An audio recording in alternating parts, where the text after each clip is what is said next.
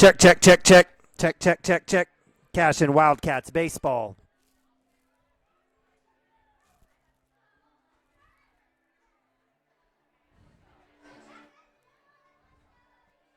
Check 1 2 4. Check 1 2 4. Check check check.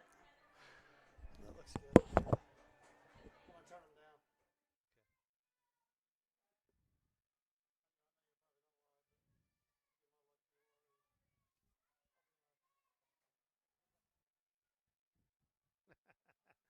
Yeah, I know. I know you. Come on, where's it at? Let's go. Come on.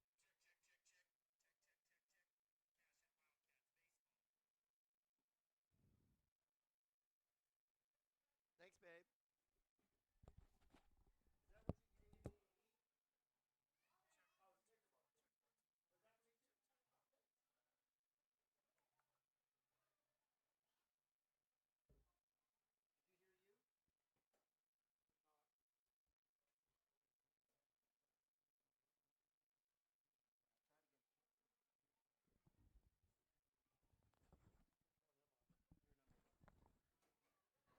Check 1 2 4. Check check 1 2 4. That's way too high. Go to about 3 o'clock. Say 1 2 3 4. Big fly, big fly, big fly.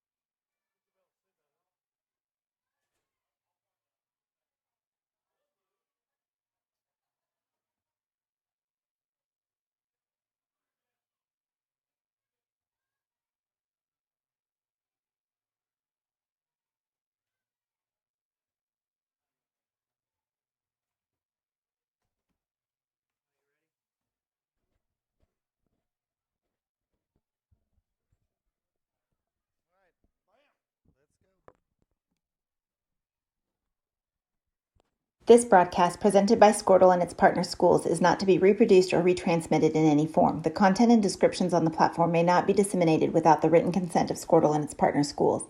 The thoughts and opinions shared on Squirtle's platform are those of the individual and do not necessarily reflect the views of the organization or its partners. Squirtle does not tolerate or condone hateful, bigoted, or divisive content. We want to thank our schools, advertisers, and individuals that have joined with us in our mission to build community around the local school.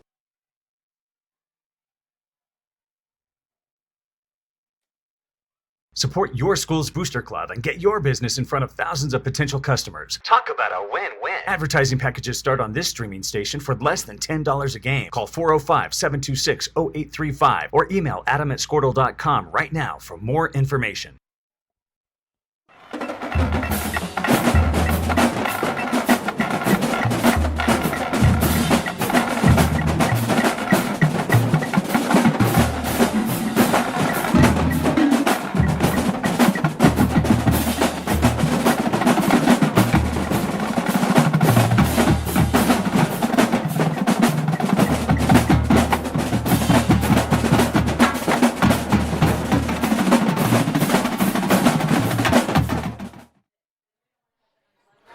All right, welcome to Cashion Wildcats TV 2022 Spring Baseball, live from Edmond, Oklahoma at Oklahoma Christian University, where we have the 10th-ranked Cashion Wildcats 4-1 taking on the 7-6 OCA Eagles. Joining us live up here in the beautiful press box at Dobson Field. Is it Dobson Field or Dobson Stadium? I think Dobson Field. Dobson Field is Neiman and Bobby, my buddy Dirk Phippen. Dirk, welcome.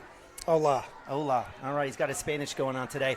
We're going. We're in a spectacular press box here. It's a fantastic day, beautiful weather, 80 degrees. We got a little bit of wind blowing in for us, and we're super excited to be bringing you guys another installment of Cashion Wildcats baseball here on Cashion Wildcats TV, Homer Television for the Cashion Wildcats. We're going to have a good one as again the Wildcats coming off of a nice win Saturday over the Shattuck Indians. Again, it was a 10-4 run ruling. I think they called it a run rule right around. It was a run rule. Yeah, as the Wildcats put it on, it was Derek Shaline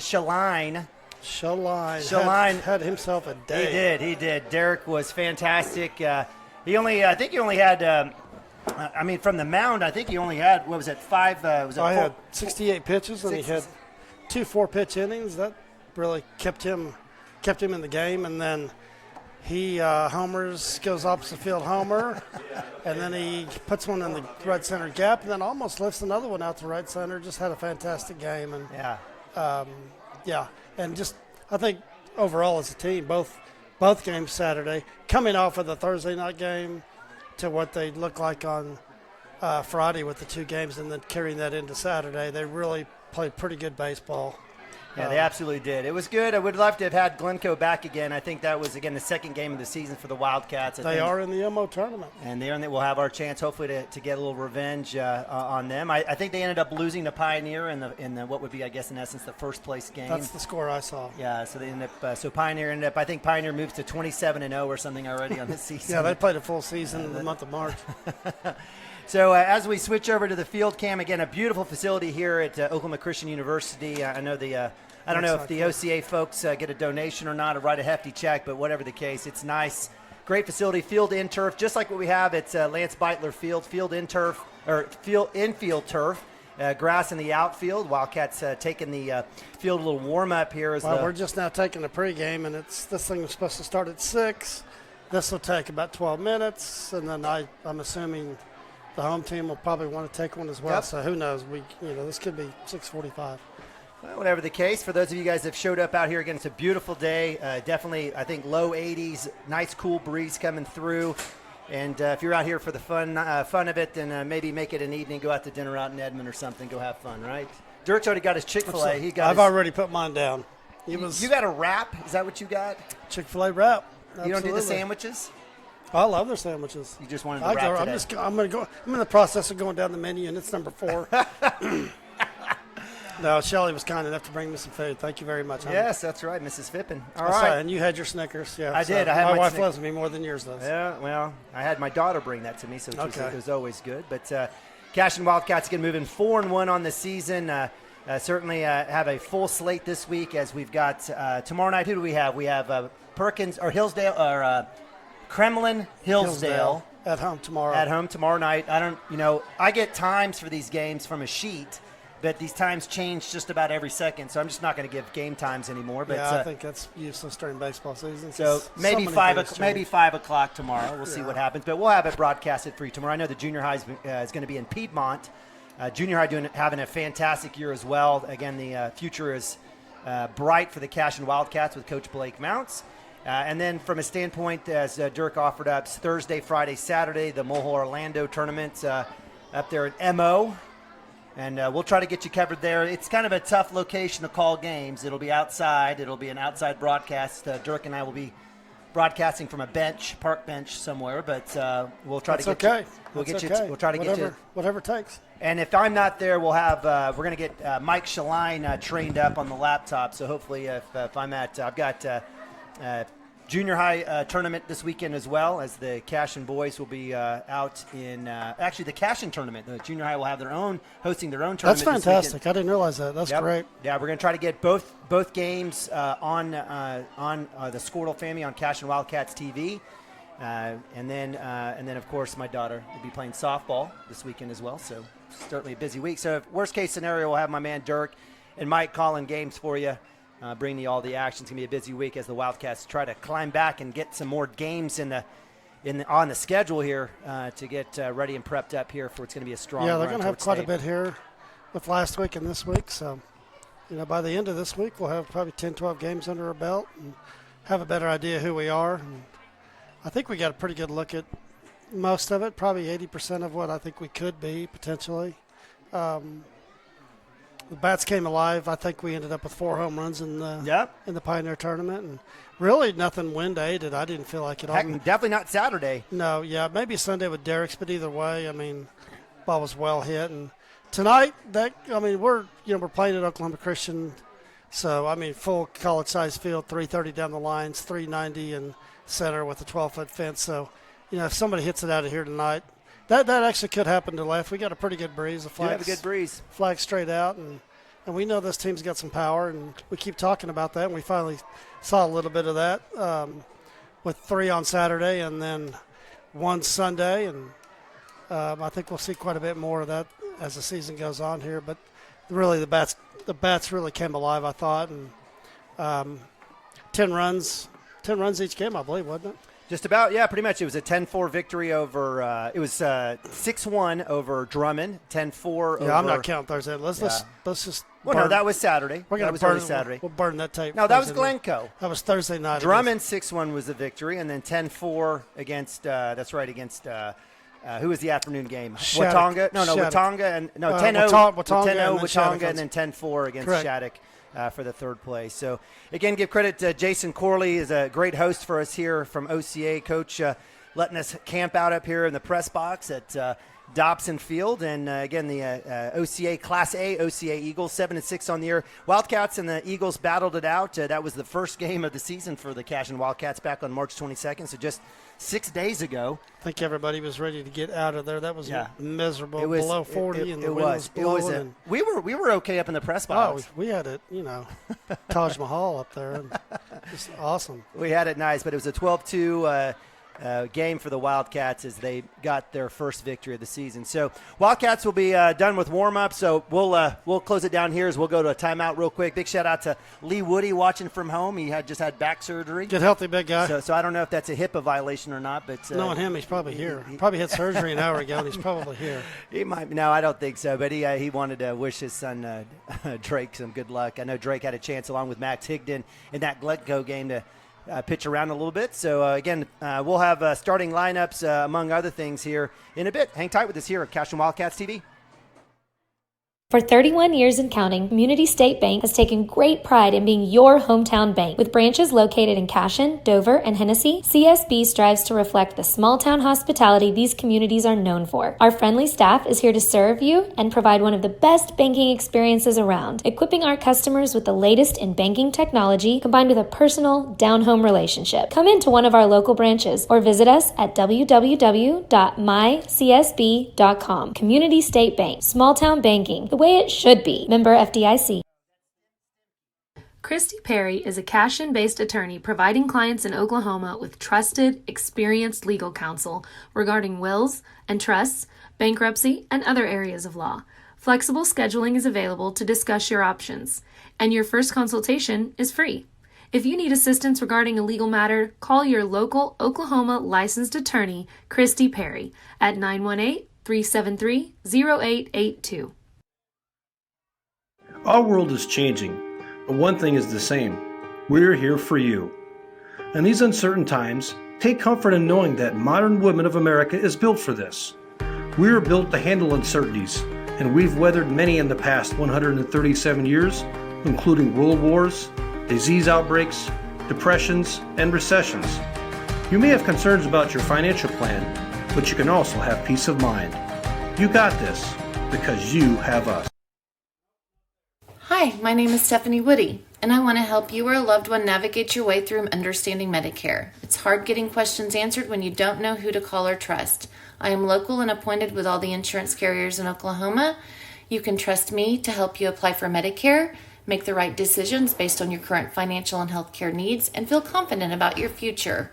Act quickly. Annual enrollment period is October 15th to December 7th. Call Stephanie Woody, that's me, at 405-830-4966 to set up an appointment. Kyle and Gina Van Druff have the answers to all your real estate and insurance needs.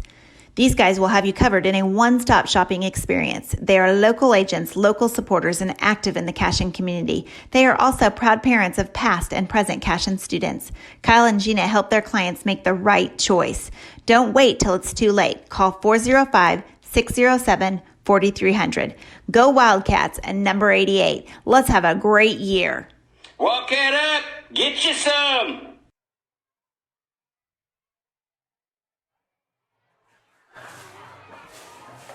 All right, welcome back to Cashion Wildcat TV, live from Edmond, Oklahoma, Dobson Field on the campus of OCU, Oklahoma Christian University, right off of Memorial and Eastern. Short trip here for the Wildcats as they take on the OCA Eagles, led by Coach Jason Corley. The Eagles 7-6 on the season. Played the Wildcats just a week ago, just last Monday, I believe, or last Tuesday. Last Tuesday, Wildcats 6 days ago with a 12-2 victory. As the Eagles take the field in all whites, white tops, white bottoms, looking sharp. They're looking a little old school, like a little maybe Cardinals look from the 20s or something. But I like it. That looks great. So it's a good look. Little cream look there. I'm a big fan of that cream. Me too. Looks fantastic. It's kind of, the Phillies have that look too. That's right. That's exactly right. So we'll have the Cashion Wildcats visiting tonight. Black tops, white bottoms, black and white trim. So starting lineups for the Cashion Wildcats, we've got Ben Harmon at left field, Cooper Frazee batting 2-hole, shortstop, Preston Cotter, catcher, third base. We've got Joey Wilson pitching today. He's batting 4-hole, cleanup. Legas 5-hole, center field. Nabavi catching 6-hole, 7-hole, Derek Shaline, first base. Gavin Phippen, the return to GFIP, DHing today, coming back from that injury, slowly but surely. Love seeing Gavin back out. The kid literally breathes and stinks baseball year-round. Love seeing him out there. Max Higdon batting 9, right fielder, and Phippen will be DHing for Carson Gump at second. I know you wanted to say something. No, I was just looking. I was going to get the name of their pitcher. Is that Kramer, Gamer? What is that? For them, Madison Chandler. So we did not see him Tuesday. We didn't see an arm like this at all Tuesday. Nope. So that could change a few things here. I think if we quality-wise, there was a difference last Tuesday for sure. So last time we saw number 15, Quinn Martin was the starting pitcher for the Eagles, and then in relief, Frankie Donnell, the shortstop, came in. So certainly a scenario and situation for the Wildcats to look out for. For the Cashion Wildcats, again, Joey Wilson be pitching. Again, home team here. Wildcats will take first at bat, first crack, and Joey threw well Saturday. Was that Watonga? Yep. Threw well against Watonga. Threw a lot of strikes. Got behind early and then came back and threw well. And that's what we need tonight. But it looks like they've got a quality arm on the mound, so it's going to be important to have good quality at bats and have a good plan when you go up there. Ben Harmon lead off for the Wildcats, take first pitch inside strike one. And again, it is a packed house today here at OCU. Very good crowd. We know Cashion always travels. It's good to see the hometown bring their business too. Swung on, third base side. That is a foul ball. So we're a little bit limited in what we can see here. Kind of back in the back of the press box. It's an awesome facility here at OC, but down the lines, at least down the left field lines, is a little tricky for us. So we might be a little bit late on some of these calls. But that ball was fouled, hit well. Harmon staring at 0-2 here. Top of one, lead off. Outside for ball one. Good take there by the senior. Again, 3-year starter at football, 2 state championships, 1 runner-up, all-stater, number 4 all-time in all schools in terms of yards passing here in the great state of Oklahoma. Definitely an awesome career. Stares at fourth pitch, looking backwards K for Harmon. He had a tough go, I want to say, last game. I think he got completely fooled because that ball was right down central. I'm not sure if he was looking for something else than what he got, but that looked like a changeup right down central and completely fooled him. So, but he's 4 or 5 pitches. He's seen him once. We'll see what he can do the next time. That brings up Cooper Frazee, 2-hole hitter for the Wildcats. Shortstop stares at first pitch, low and away for ball one. Cooper had a great game against Shattuck the other day. I think he may have been 2 for 3 or 2 for 2 with a couple RBIs. Had a home run earlier in the weekend. We'll take a second pitch strike, 1-1. Again, a quality arm on the mound. It's important to, unless you're just sitting on something, it's important to take pitches and let's make this kid throw, make him get deep in this game and throw a lot of pitches. It's still early in the season, too. Ball 2-1 for Cooper Frazee. Cooper hugging that line, the chalk, as they say, making it that inside pitch difficult here for the right-hander. Again, Madison Chandler. Outside for ball 3, 31. Green light for my man Cooper Frazee here. On deck is Preston Cotter for the Wildcats. Cooper doing great work on the mound as well for the Wildcats on Saturday. See, hitters count here for sure. See what he can do. We'll take a healthy hack. That'll fouled off over the first base side. Move the count to 3-2, full count. 1 out for the Wildcats. No runners on. Again, appreciate you guys joining us here on Cashion Wildcats TV. Shot! That ball's hit deep, well. Left field. Goodbye, gone. Home, a run. Cooper Frazee. Touch them all, my man. And the Wildcats put one up on the board. So he just hit that ball 350. No doubt. That was a no-doubter. So as Cooper Frazee rounds the bases, takes his home run count to 2 now in the early season. Frazee says, get out of my way. That's business as usual. Hey, that's what happens when you get up in the count. He's up 3-1, fouls off a second pitch fastball, and he's sitting on fastball there and absolutely squared that up. That was fantastic. Little crosswind here. Was not I don't think that wind aided at all. No, that one's out of here no matter what. First pitch to Cotter's strike. So good work by Madison Chandler coming back on that one after giving up the home run, the solo home run to Cooper Frazee. Cotter having himself a good weekend as well. Right-hander. 0-1. Inside pitch up top for ball 1.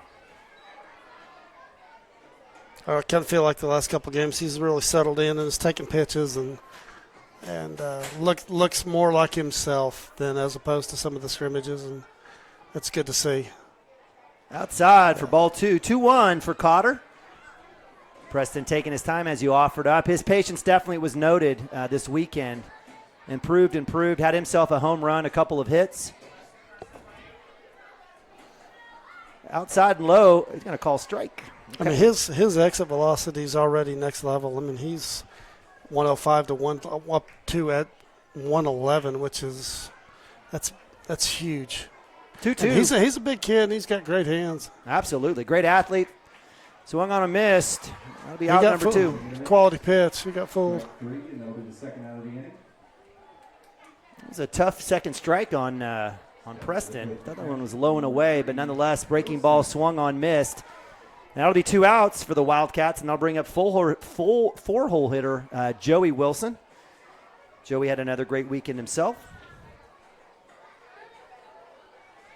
Yeah, it sort of cooled off a little bit on Sunday compared to what he was doing. I mean, but Rod Carew wasn't going to sustain the pace that Joey was on. He was hitting about 900.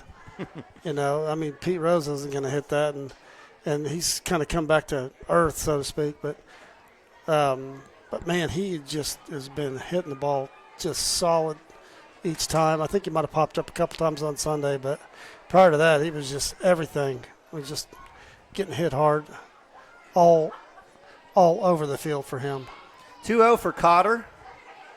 Outside pitch for ball 3, so staying patient, not chasing anything. We've got Landon Lagasse, who had a home run this weekend as well, on deck, waiting for the opportunity to get Preston or Joey Wilson out on base. 3-0 take. It's off the hands. They'll call strike. Shouldn't there be a rule if you don't catch it, it shouldn't be counted a strike?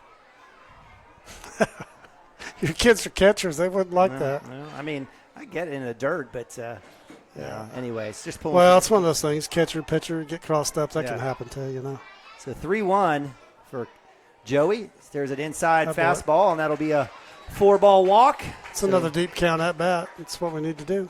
So as Joey Wilson trots to 1, Landon Lagasse Sr. will come to the box, right-hand hitter. Amazing athlete, led the state in receiving yards as well as touchdowns for a wide receiver, had a fantastic year. In fact, actually, I think maybe Mason Manning may have passed him in the championship game. Yeah, that's right. He did. Back pick. I can't tell. You're going to have to call that one for me, Dirk. Door in the way. He's back in there.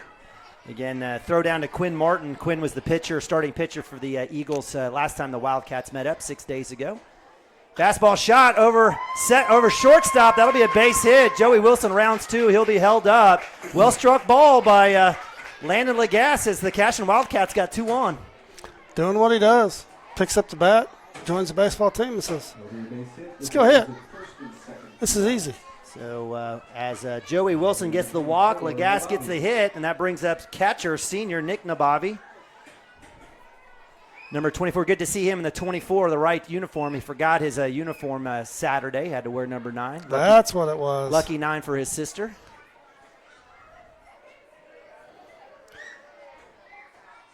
Up top, wild pitch. That'll send Wilson over to 3. Lots of room behind the plate here. Good 50, 60 feet, like it should be. I mean, that's the rule, right? It should be the same distance from home plate to pitching mound as it is from the backstop to the home plate. Not everybody has the real estate to do it, but if you do, that's how it's supposed to be done, and that makes catchers work even harder. But, pass ball here, runners are going to move, maybe extra bases. Bobby trying to go opposite field, fouls that one off. 1-1. 2 outs, runners at second and third for the Wildcats, trying to get another run here. Cooper Frazee with a solo home run shot already in the game. We got a gun too. That last one was 79 miles per hour. Inside, hit by pitch. So Nabavi says, "I'll wear that, no problem." Middle linebacker. I'll trot my way down to first base, and that'll bring up man of the hour yesterday, Derek Shaline, the sophomore, number 16. Bases loaded, ready to go. Again, I mean, I know we got bases loaded here. We've hit one home run, but we're seeing a quality arm. I mean, that last pitch was 83. That's not – I mean, that's going to win a lot of games in Class A. Bases loaded. Derek stares at first pitch fastball. Strike 1. That's a good sign for a kid that can throw. I mean, he missed tremendously and hit Nick in the ribs, and he comes back out outside corner and first strike. Swung on, foul, right over home plate, or over the press box, I should say. So the count moves to 0-2. Gavin Fippen, GFIP, senior on deck, says, "Hustle up, Derek, I want to hit." Yeah, that's good to see him standing down there. Good to see Sylvan in the box. Had an evaluation today, and it felt pretty good. We're going to hold off throwing maybe for another week here, and swung the bat, and that seemed to hit the short. Got a chance. Good. Will he beat it out? On the dirt, it's pass ball E3. That'll score 2 runs. I think you're E6 there. E6. It'll give on the throw. I couldn't tell. I was trying to work back over. It was short. Throw was short. So we'll call E6. Nonetheless, that'll plate 2 for the Wildcats as Wilson comes around, as well as Lagasse. Second and third, the batter will be number 7, Fippen. Wyatt Schmitz for the Wildcats, courtesy running for Nick Nabavi finds his way all the way to third. Now bring up Gavin Phippen, senior, number 7. Love seeing this. First pitch there is strike one. So with 2 outs, Wildcats certainly nice little rally. Move the score to 3-0. 0-1 count for Phippen, outside pitch. Nice snag there by the catcher, Jacob McWaters, off the turf. And we've talked about the difference between dirt and turf. Certainly need to adjust as a catcher when you visit or go on the road. It's a big adjustment. It's 2 very different things. 1-1 count for Phippen, up top for ball 2. Again, Wyatt Schmidt's courtesy running for Nick Nabavi, who reached on hit by pitch, followed up with a E6, error from the shortstop coming across, scores 2 for the Wildcats. Gavin looking to add to this with an RBI. Hit, chopper to short. Third base looks like he crosses over. Will the throw be in time? It will be in time. Got him barely. So that'll strand a couple for the Wildcats. That's good to see. Got pretty good contact there, and hopefully the wrist feels good.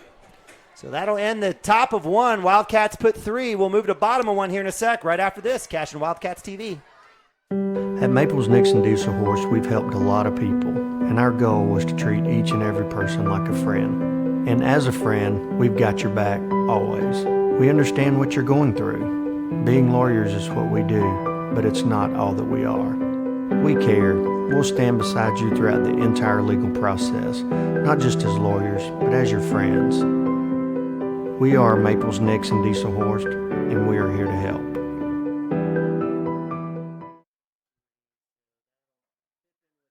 Founded by Jesse and Amy McCracken, Rural Pest Solutions is a Cashion-based, family-owned and operated company.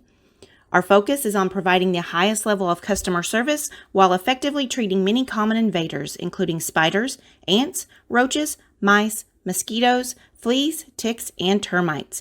Flexible scheduling and superior customer service are our top priority. Call us today to schedule your appointment. 405-283-6565. Cashion FBC is a church seeking to grow in Christ and our love for the body of Christ. With ministries from children to youth to adults, we strive to present the gospel in an engaging and meaningful way.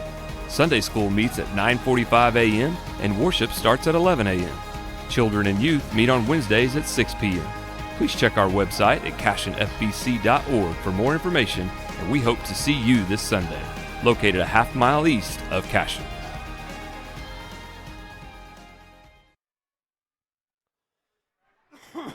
Welcome back to Cashion Wildcats TV. Neiman Abavi, Dirk Phippen bringing you today's action. Monday Night Baseball live from Edmond, Oklahoma Christian University, Dobson Field. Here's the Wildcats taking on the OCA Eagles. Cashion Wildcats on the road, but it may not feel that way. Just a nice 30-minute drive here to central Edmond. Actually, I guess southern Edmond in a sense. Joey Wilson on the bump, the senior, looking to add to his strikeout total. Nabavi at catcher. We've got Derek Shaline at first. We've got Carson Gump at 2. Cooper Frazee at short, as well as Preston Cotter at third. In the outfield, we've got Ben Harmon, Lagasse, and Max Higdon in right field. Up to bat, one-hole hitter leadoff, Frankie Donnell, shortstop, number 4 for the Eagles. The old picket line out there in the outfield. It's a good one. We got good arms in the outfield. Good speed, too. Wilson, first pitch up top for ball 1.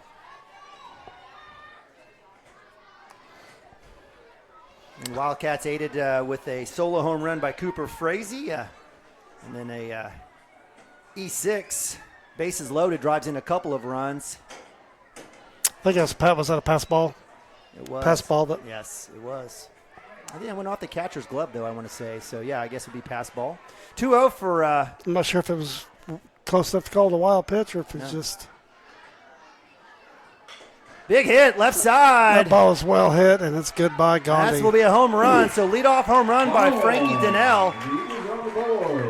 And just like that, the Eagles put one up on the board. Well, the ball's well hit. The ball jumped out of here in a hurry.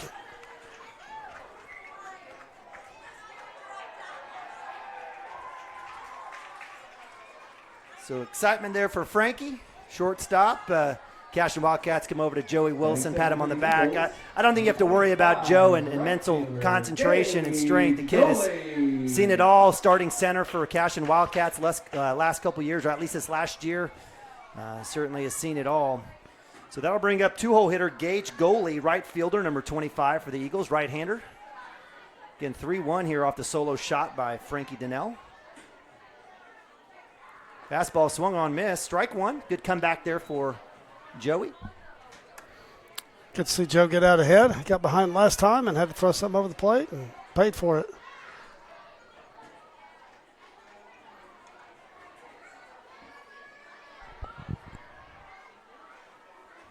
Comes back.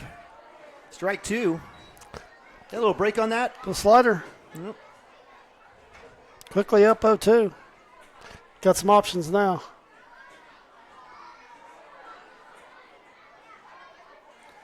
0-2 ahead of the count. Wilson with the pitch. Right back at him. Ooh, and that'll be strike three. So Joey coming back. Backwards K of Gage Goalie for out number one. And I'll bring up three-hole hitter Madison Chandler, pitcher for the OCA Eagles. Chandler.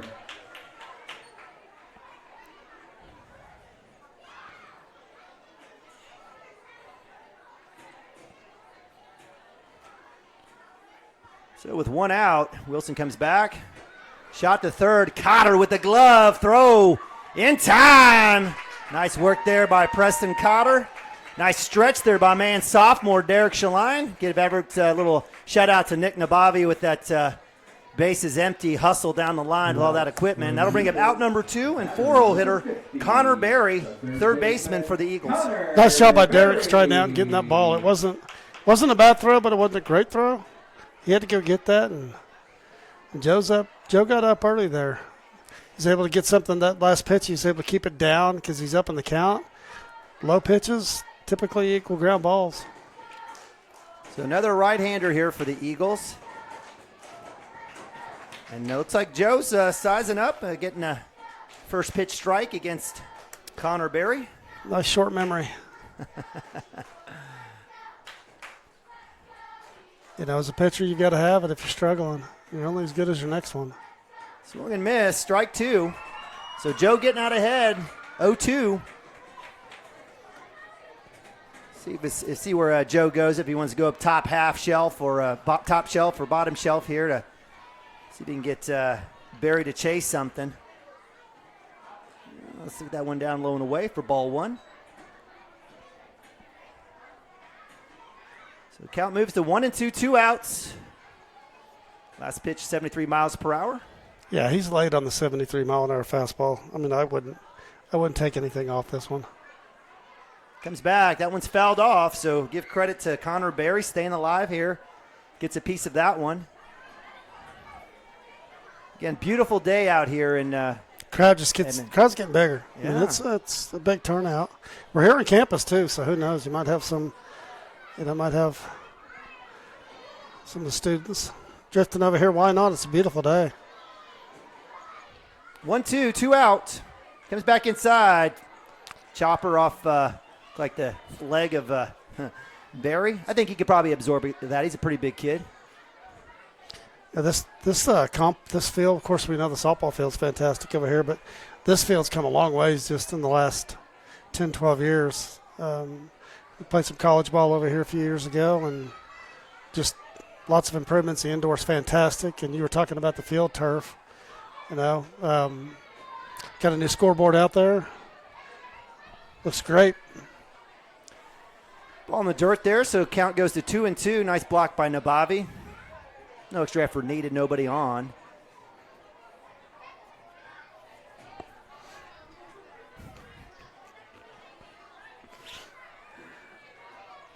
Outside, up top. No call, so that'll be ball three. So full count, so give credit to Connor Berry.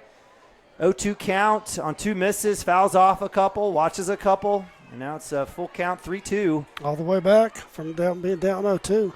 See if Joey can come back, fastball down, and that'll be hit by pitch. So right off the noggin.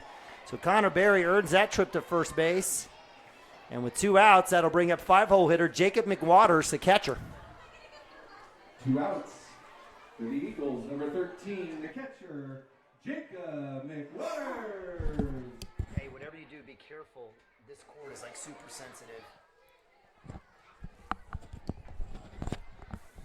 All right, so Connor Berry makes his way to first, gets a little conversation with first base coach, hands off some equipment. Dirk, we've talked about the equipment story. We're not going to have that conversation anymore. Joey, first pitch strike. So, again, Wilson getting ahead. Yeah, each year there seems to be a new guard for something. You know what I mean? I mean, whether it's a shin or a knee or a hand or an elbow or now every helmet. And I'll tell you what, the new helmets with the guard coming across the cheek and the chin, I actually like those. You know, you've seen some of these guys take some just, yep. You know, that's obviously not a place you want to get hit. And so I'm in favor of that, but all this other stuff can go as far as I'm concerned. Throw the batting gloves in the trash can, too. 1-1 swung, straight up, pop up. Nabavi has no clue. That one's going to go out. So that one will move the count to 1-2. High socks, no gloves. There you go. 3/4 sleeves, and that's all you need. Hey, you know what's coming back is those elastic band ankle pants. Those are coming back. Not only that, but I saw some double snap elastic band pants, waist belts. I was like, that's a flashback. Zanza belt. All right, so 1-2, 2 outs. Runner at 1. Wilson comes back. That one's fouled off. So give credit to Jacob McWaters getting down in the count, fouling off the last couple. Wildcats up 3-1. Give credit to the Eagles coming back. Lead off Frankie Donnell, shortstop, puts one over deep over left field wall. Just on a lot of strikes, got up in the counts here. Just giving up the home run, and then unfortunately the hit by pitch, and throwing pretty well. First base is occupied. So that'll be out. So Joe Wilson coming back, getting the K. It's 2 Ks here to get the third out. That'll end the inning for the Eagles as they moved up top of 2. Wildcats up 3-1. We'll be right back. Cashion Wildcats TV.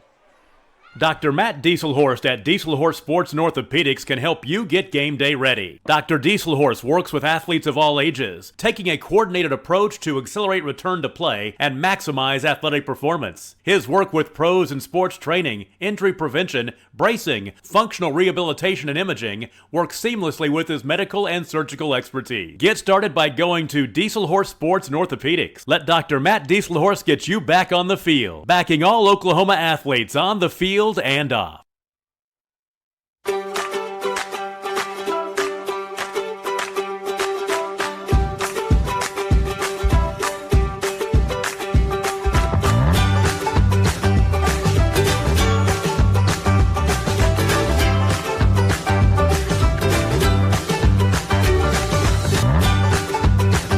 Stream with Oklahoma's #1 high school streaming service, Squirtle.tv. Find out more at Squirtle.com/stream.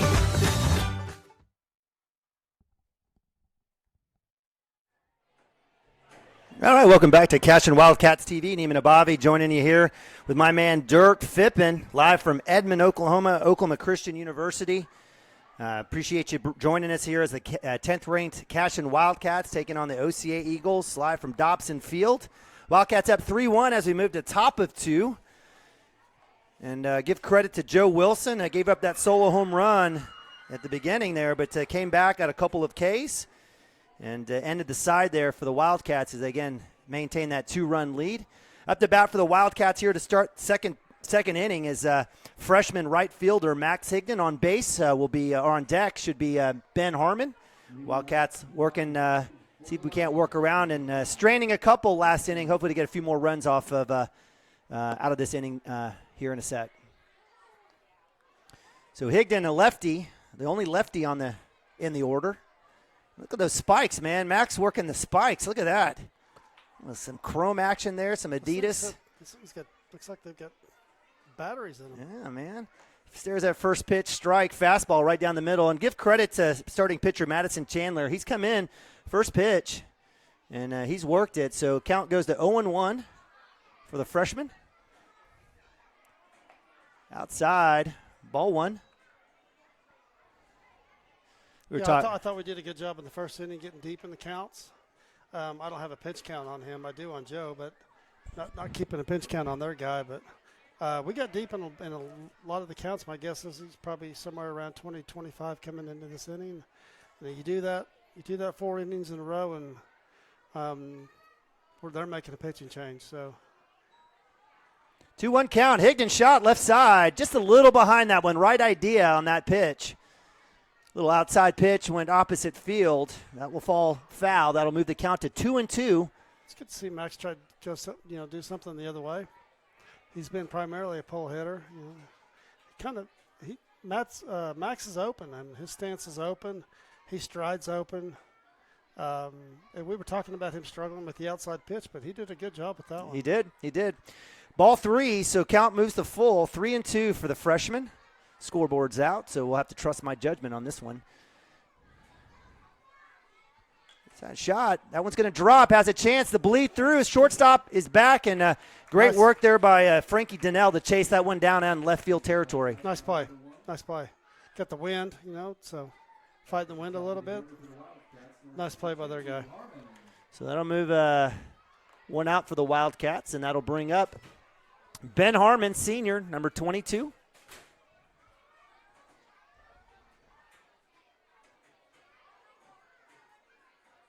First pitch low, ball 1.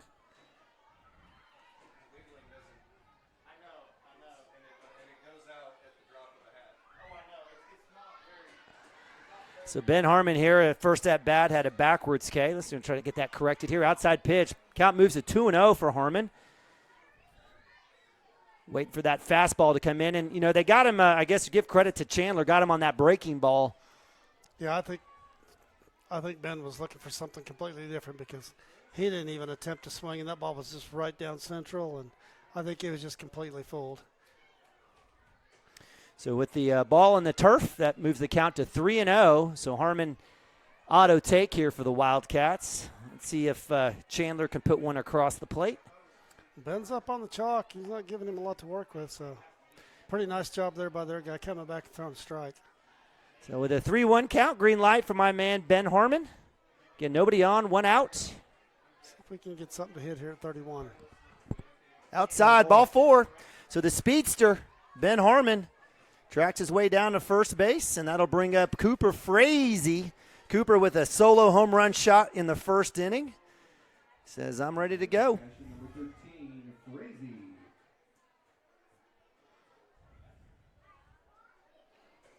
Yeah, Cooper didn't waste any time last at bat. Got something he could handle, and he handled it very well. If you're Mounts, are you trying to get a steal here with Harmon, or are you going to let just I think you see a couple pitches. See if you can get in something off-speed count. I mean, the way Cooper's hitting the ball, no need to get thrown out a second. Let's get in an off-speed count where he can go on that. Pick move is not there up top. He goes outside. Harmon easily. Well, we guessed right. That was a curveball. We guessed right, so that worked out great. Makes it the 2. Even if that throw is on target, he's there. So forces off. Ben Harmon flashes the wheels. He's got that chrome look with those Adidas cleats as well. So yeah, I think a couple of these guys are wearing their football cleats. Yep. They like it on this turf, and they're a little bit lighter. And I asked Gavin, why are you wearing your football cleats? Well, they're great on the turf. Whatever. Just go ahead. 1-0. Stares at fastball. Hits that edge. So strike 1. 1-1, 1 out. Ben Harmon at second base. Cooper Frazee again at the solo home run shot in the first inning. Appreciate you guys joining us here. Beautiful day here in Edmond. Wish you could be here, but glad that you're joining us here on CWTV. Frazee, big hit. He's got a chance. That'll hit off the glove of the left fielder at the wall. Harmon rounding, jets on. There's going to be a play at the home plate, not in time, and that'll be an RBI shot there for Cooper Frazee at the wall. Ben Harmon coming around and moved this to 4-1 Cashion. That guy was there. Looked like he was going to make a great play. Is that where maybe his peripheral vision, he's got that fence in his face? Well, the fence is always in the back of your mind, but he was there. I mean, he got there quick, got the glove on it. You going to count that E7? That's definitely E7. He dropped it. Okay. Catcher made a nice job blocking that ball at home here because if he doesn't block that, Cooper's standing at third here. So with that, Preston Cotter Well, I'm sure Cooper was like, oh, boy, here we go. Yeah, 2 for 2 here. 2 big flies, 2 at-bats. Third baseman Preston Cotter had a nice play there. Third base side, nice glove there, holds the runner, comes back to first, out. Frazee will move across third. So, again, well done by Cotter. He had a strikeout in the first inning, comes back with a hit. Well played there by the third baseman, Connor Berry. Great throw, and that'll be out 2. Also a good read by Cooper. You got to be sure the third baseman doesn't decoy you, and then you got to see the ball out of his hand, and then you can go. It's a good read. Nice play by third baseman. So 5-3, out number 2 for the Wildcats. That'll bring up Joey Wilson. Wilson with a walk, and also had a run there in the first inning. There's that first pitch outside for ball 1. Pass ball will definitely be trouble as Cooper Frazee's got enough speed to get home. Again, runner on third with 2 outs. Let's get deep in the count here and see if we can't get up in the count at least, or you've got the advantage here. Low and away, so that is ball 2. I'd say the umpire's done a great job. And again, we appreciate all of our umpires out here. But that's the one pitch that's been a little inconsistent today. It's been off and on, but we'll definitely take the ball there. Swung and missed. Joey swinging out. He wanted that one. And that'll move the count to 2-1. 2 balls, 1 strike, 2 outs for the Wildcats. Up 4-1 here, top of 2. Cooper Frazee at third base. Outside pitch. So good work there by Joe staying off of that one. 3-1. Good count. Good count. Should see something he can handle here.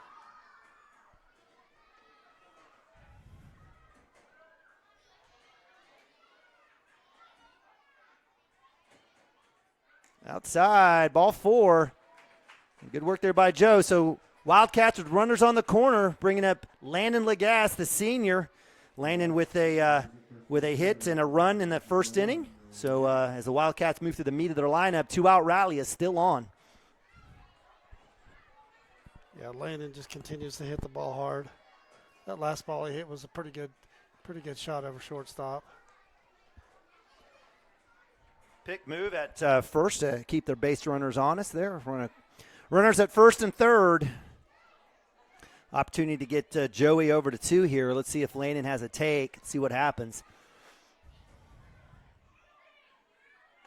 There's a fastball, and there goes Joey. So Landon goes, see, there you go, Bubba. So runners at second and third. Strike 1 for Joe. He's got to work backwards now on this one. Give credit to Madison Chandler, pitcher for the Eagles. Comes back. Strike 2. Nice breaking ball there by Chandler. I actually like that swing by Landon. He's 2 out hitting up there with the runners on. Took a little bit off that, not trying to do too much. And just put the ball in play. Put the ball in play, make him get you out. 0-2. Make him play catch. Outside. Nice stop there, underhand stop there by Jacob McWaters. Not sure how he got. He was very fortunate, I was about to say. Most kids are going to backhand that. That's pretty impressive. I think he wanted to block it. It kept going, and he had no other choice but to thumb down that one. So count moves to 1-2. 2 outs. Runners at second and third for the Wildcats. Shot, left side. His chance to drop. And it does. It does drop right in the gap. That'll score runs. So just like you said, put the ball in play. Good things will happen. And again, he wasn't trying to do too much there. That was an easy swing. And hey, good things happen sometimes when you do that. So that'll play to another 2. That's a fantastic at-bat. So Wildcats up 6-1. That'll bring up the senior Nick Nabavi. Nick hit by pitch last at bat in the first inning. On deck is Derek Shaline. 2 outs. Lagasse at 1. Lagasse has got definite wheels as well. Very athletic team here, the Wildcats. We can run the bases, no doubt about it. Lots of team speed. Bobby showing off his brand new pants that he got this weekend from Dick's. Those are pretty shiny. Yeah, they are. Up top for ball 1.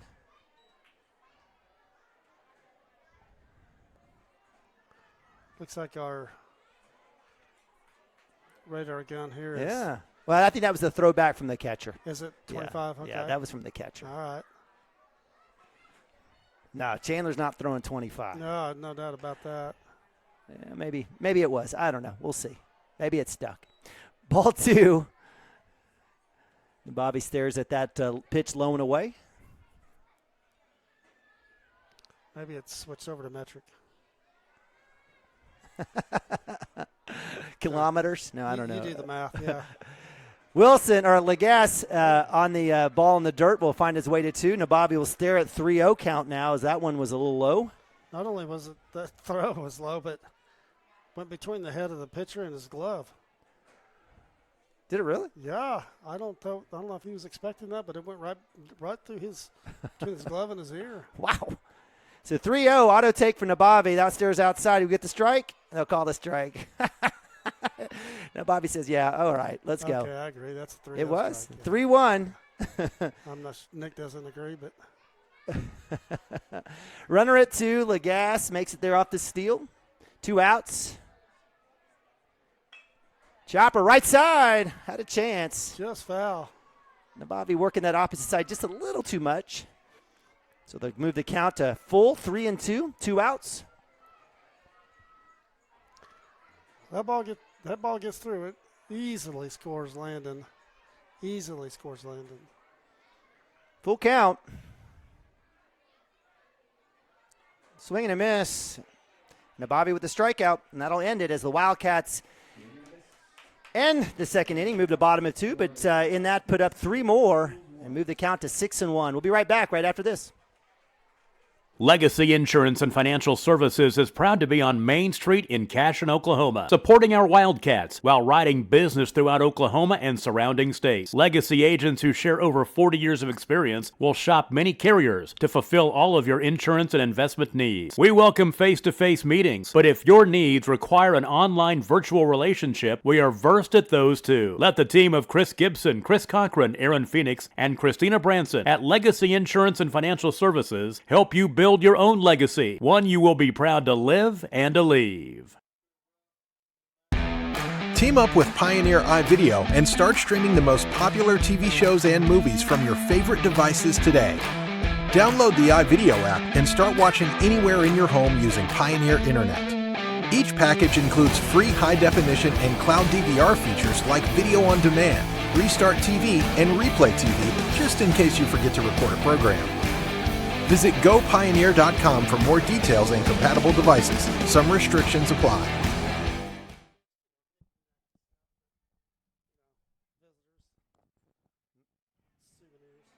All right, welcome back to Cashion Wildcats TV. Neiman Nabavi, Dirk Fippen bringing you today's action here live from Edmond, Oklahoma at Hobbs Field on the campus of Oklahoma Christian University. Wildcats taking on the Eagles, up 6-1 as we move to bottom of 2. Wildcats putting a few up here. I give credit to, it was started off with Harmon with a walk, E7 for Frazee, scores a run, Cotter with a putout, Wilson with another walk, hit by Lagasse, drives in a couple. Wildcats end it there. And looks like Joe Wilson still on the mound for the Wildcats. Yeah, a lot of baseball this week, so I would expect him to, I don't know that he'll go deep. I mean, see what they do this inning if they don't score any runs. I don't think you'll see anybody go deep today. We're gonna need all of our arms this weekend. Number 5, the second baseman, Ethan Rivera. Lead off for the Eagles, 6-hole hitter Ethan Rivera, second baseman, number 5. Again, we've got Joe, Nick, Derek, Carson, Preston, and Cooper in the infield. First pitch, fastball, strike 1. In the outfield, again, we've got Harmon in left, Lagasse in center, and Max Higdon in right. 0-1, again, bottom of 2. Wildcats up 6-1. Appreciate you guys joining us here on Cashion Wildcats TV. Again, big thanks to all of our fantastic sponsors making this free of charge for you all. No charging here, no $10 monthly payment. Free of charge, and we appreciate it again. Already over 200,000, actually close to 210,000 views already this season. Be piling on here with end of year stuff, including baseball. Maybe hopefully a little track too as well. Fouled off, moves the count to 1-2 as Joe Wilson gets ahead. Joe getting ahead again. Got a 6-1 lead. Just throw strikes. That's all we need. That's all we need.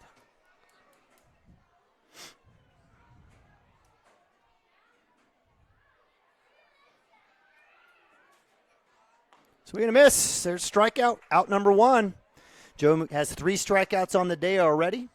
Gave up 1 hit. That'll be out number 1, bringing up 7-hole hitter number 15, Quinn Martin, first base.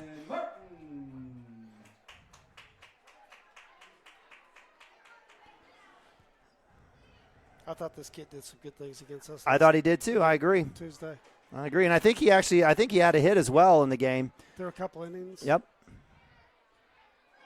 He's got a good, just a good comfortable stance as well. That one's popped up right side. That one will go out foul. Yeah, he's got a nice swing for a big guy too. Coach Shuck would love to have this kid. So count moves to 0-1, 1 out here. Nobody on. Bottom of 2. Wildcats up 6-1. Joe's still throwing in the 70s here. Back, nice little breaking ball for strike number 2. Was that a fastball, Dirk? I couldn't tell. I think it's fastball. Okay. I walked in between the middle of the window pane here. I messed up. I should have stayed still. 0-2. Delivery. Swung on. Fouled off right side. So credits Martin staying alive here. 1 out. Wilson definitely ahead. Again, beautiful facility here at Oklahoma Christian University. Definitely blessed to be out here. Short drive. Ton of fans. Beautiful weather. That one's fouled off right side. So quality at bat for my man Quinn Martin, first baseman. Yeah, we can play here every night. This is 5 minutes from the office for me. Is that right? Oh, it's great.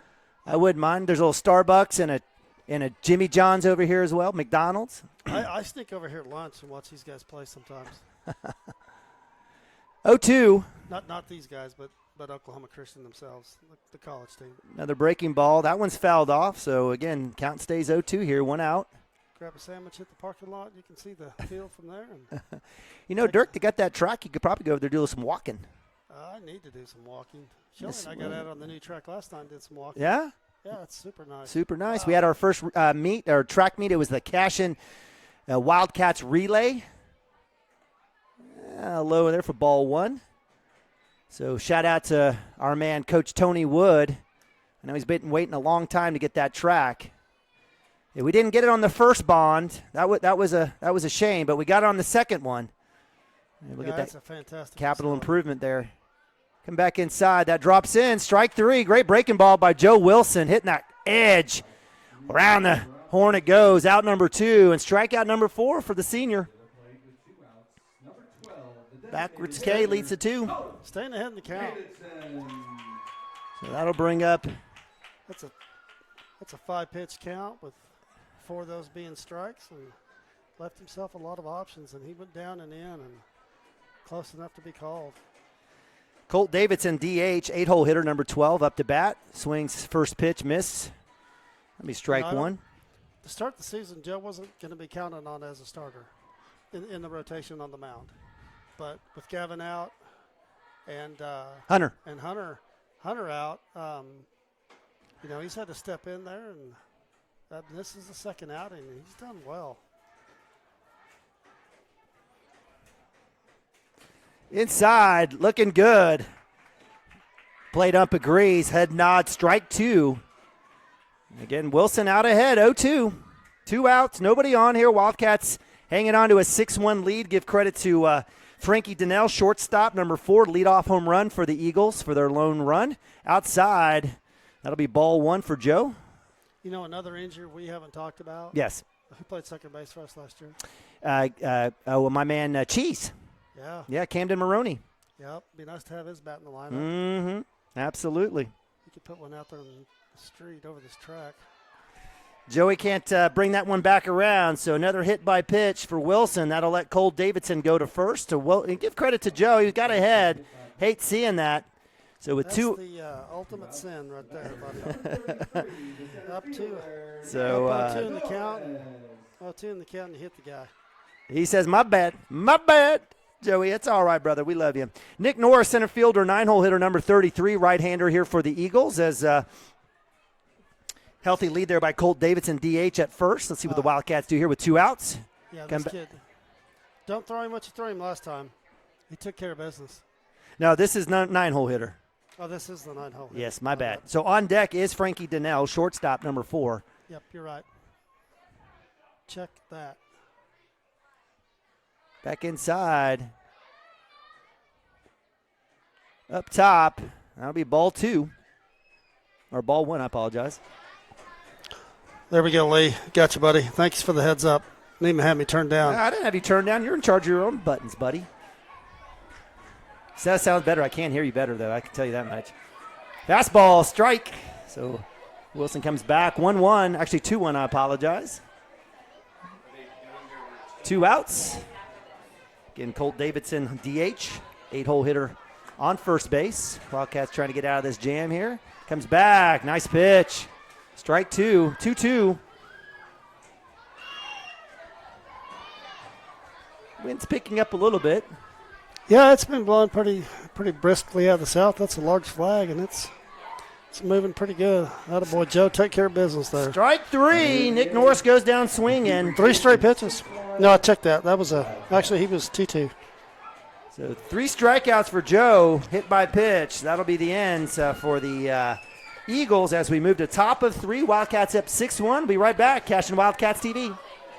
At Water Heater Man, we specialize in repairing and replacing all water heaters. We service the OKC metro and surrounding towns with fast, reliable service. We keep our vans fully stocked with essential parts needed for basic repairs, and new tanks are always on the vans ready to go. We offer free estimates on all jobs with financing options available. We match manufacturer's warranty for all newly replaced water heaters. We'll get your water heater back up and running as fast as possible so you don't have to put your life on hold waiting for service. Give us a call today, 405-844-TANK. That's 405-844-8265. Go Wildcats!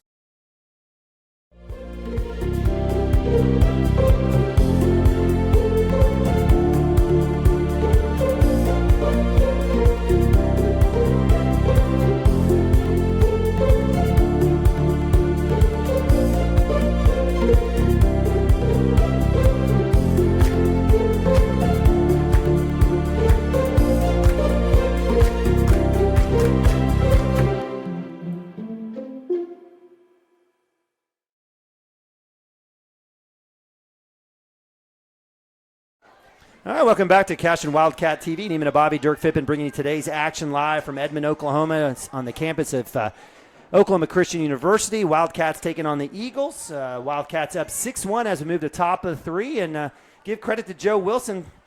Faced 4 batters, had 3 Ks, held the Eagles scoreless. Well, one thing that may go unnoticed is that they have 2 on there, 2 on, and he gets a strikeout.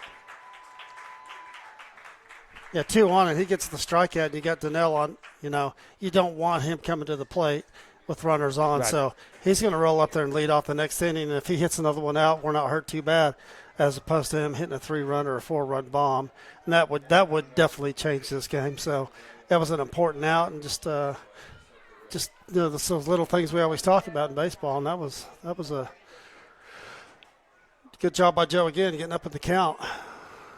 So we've got a little junior pom cheerleader clinic exhibition going on. Maybe we got some dancing going on. We'll see what happens. We were wondering what all that cheering was. We didn't think that was moms and dads. I heard some business going on in the stands, and got a bunch of them out there. Got a bunch of them. Wow. So as we take a look, the Wildcats will have Derek Shaline leading off here at the top of 3. Gavin Fippen, the senior, good to see him back. DH and 8-hole hitter, and Max Higdon in the hole, freshman right fielder. Shaline reached on E6. I think that scored a couple for the Wildcats. Fippen had a nice little chopper there, put out by the shortstop, and then Higdon, actually that was the end of the first inning. Higdon, his last at bat, led off in the second inning with a pop to short. Great play there by the shortstop, Frankie Donnell, who also has a home run, chasing that one down literally in the middle of left field.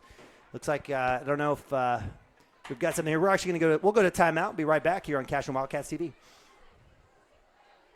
Cashion Shape Up Fitness is locally owned and operated with no contracts or sign-up fees. Our rates start at only $30 per month, and we have tanning available. Everything you need to work on your health and fitness. So contact Amber Lee to sign up today. 405 538-8248. And don't forget to check us out on Facebook, Cashion Shape Up Fitness.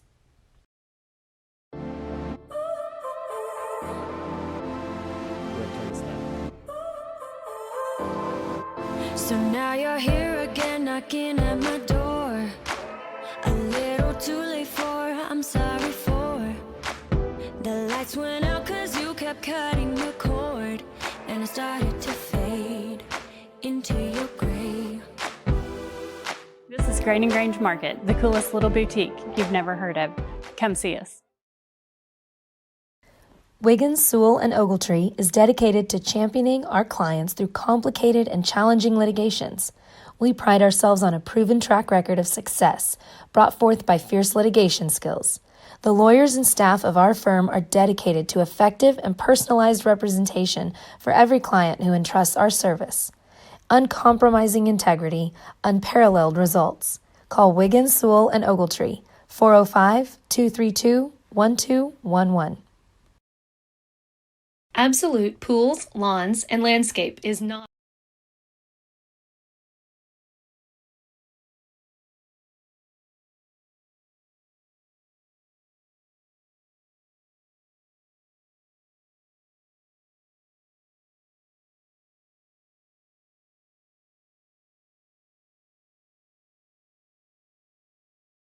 your ordinary pool builder. From traditional to exotic and anything in between, our staff offers paramount quality and service through the entire design and build process. We provide service to the entire OKC metro and surrounding towns. So relax, knowing our team is wholeheartedly committed to building a trusting and lasting relationship with you. Visit us on Facebook or give us a call today at 405-285-9729. Absolute Pools, Lawns, and Landscape. Storm season is coming, people, and your first choice for roofing needs should be Rhino Roofing. Locally owned and operated, the Rhino specializes in all types of repair and replacement. Large scale, traditional, modern, unique roof lines, they can do it all. Protect your home and your family with the specialized services of Rhino Roofing. Visit our Facebook page today and make an appointment. Rhino Roofing is all the hype for any roof type.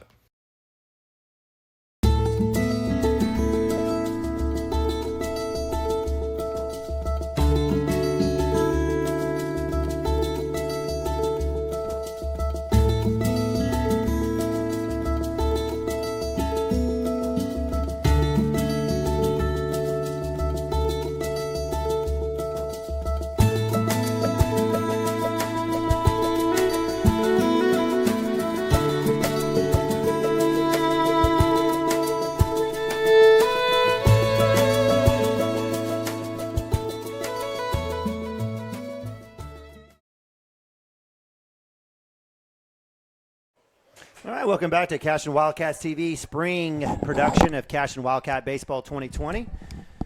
Neiman and Bobby, Dirk Fippen bringing you tonight's action here live from Edmond, Oklahoma. Appreciate you guys joining us here. The Wildcats, as we move to top of three. Wildcats up 6-1.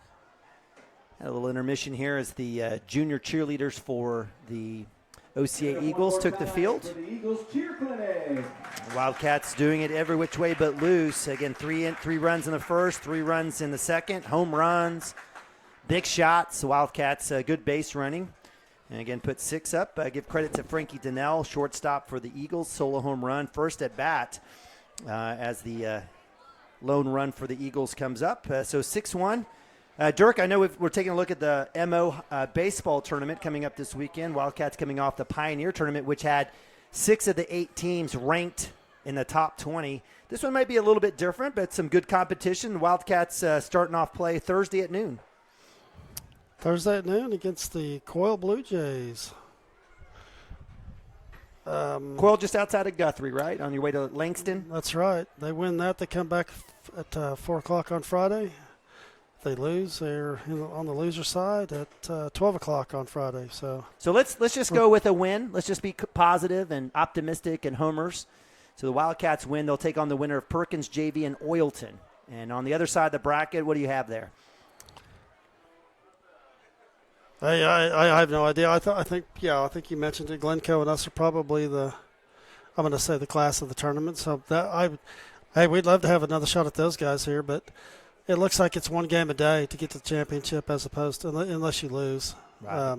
So MO and Yale on the other side, as well as Glencoe and Chisholm JV. They'll have the evening games on the other side of the bracket. So most likely, let's say a Cashion win Friday 4 p.m. and then another win moves us to Saturday at 4 p.m.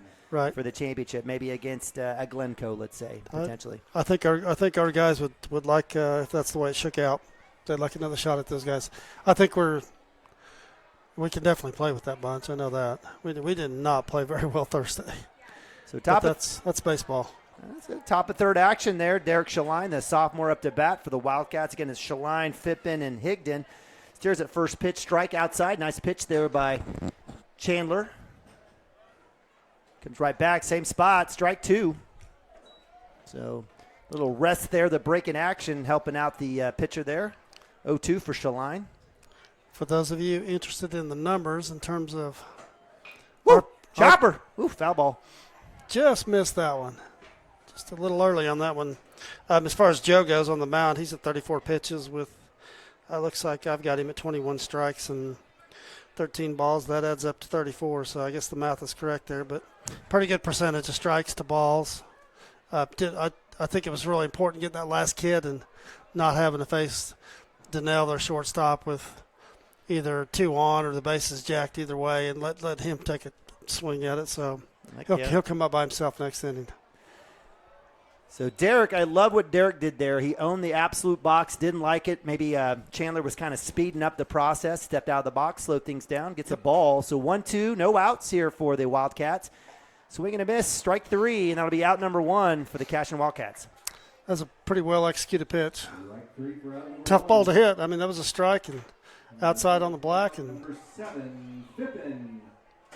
So I'll bring up Gavin Fippen, DH senior, working back from injury. Good to see GFIP number 7 out there for the Wildcats. Again, doing wonders for the Cashion Wildcat football team. Hard-hitting corner. Almost paid for all of it. Seems like every single body part got injured for my man Gavin over the course of that football season. I know I paid for it. Still paying those bills.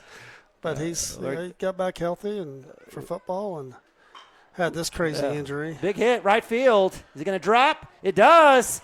He'll round first. He'll get held up there as it comes off the glove of the right fielder. But good to see Gavin Fippen out there on the base path. Got a little help, but we'll take it. E9 will bring up Max Higdon. Max with a pop to, it was a deep pop to short in the grass.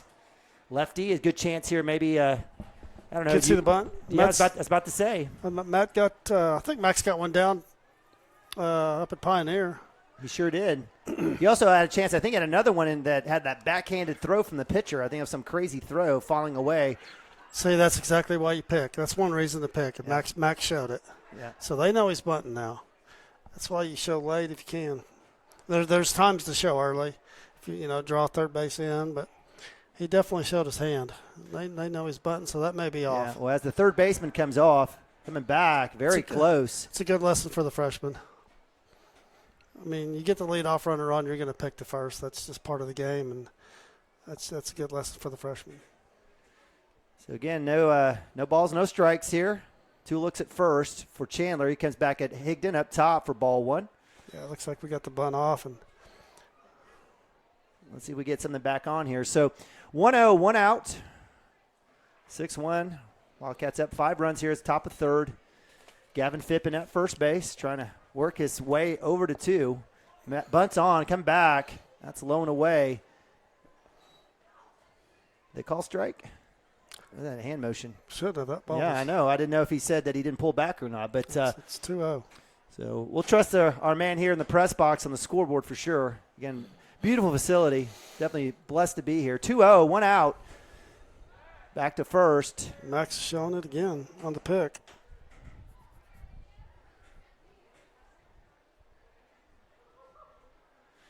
Yeah, I love showing early with the runner on second and get the third baseman in, but we can't give it away. Everybody, and he's gonna move him there. Hit her to short. Chance, no play at second. It'll be safe at first. So Donnell comes up, makes the stop, hesitates at 2. Gavin was going early. I don't know if that was early steal on the bunt. The bunt was off, so he may have just been going on that count. So regardless, fielder's choice. Runners at first and second now for the Wildcats. Brings up Ben Harmon, left fielder senior. Ben with a K in the first and a walk in the second with a run. Might be opportune here to get a little base hit opposite side here for the Wildcats. Shows bunt. Wow. Self-preservation there. Goodness gracious. The ball was up and in, and he bunted it foul right over his helmet. So Ben's been great this year on the bunt. He's got great legs. He's been able to beat out a couple throws this season already. Looks like that third baseman staying home on the bunt, so let's get this one down the first base line. Goes bunt up top, off the glove of the catcher. That'll move Higdon and Phippen to second and third. So forces off. Wildcats have a chance here. Unless we squeeze, the bunt is off as well.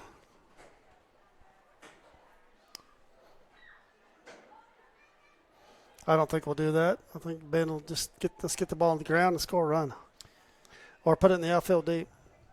So count moves to 1-1. Runners at second and third for the Wildcats. Ben Harmon Sr. up to bat. Madison Chandler on the day. He's done pretty well. There's 4 Ks on the day. That one is low and away for ball 2.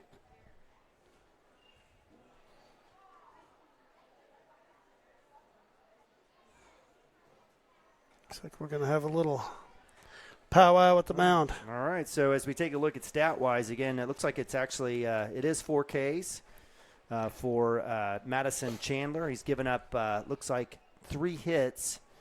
A few errors here. Looks like he'll stay. Another good opportunity here to put some runs up.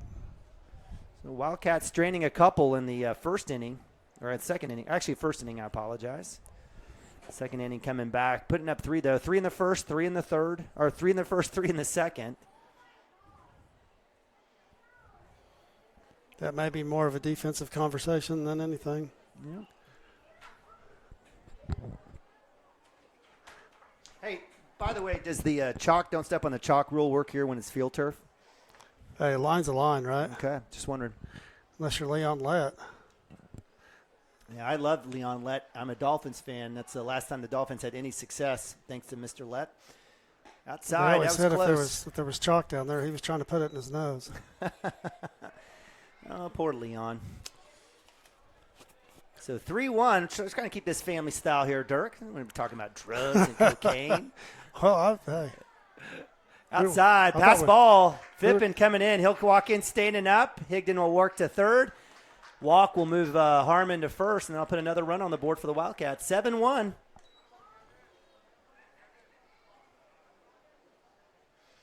So that'll bring in Phippen.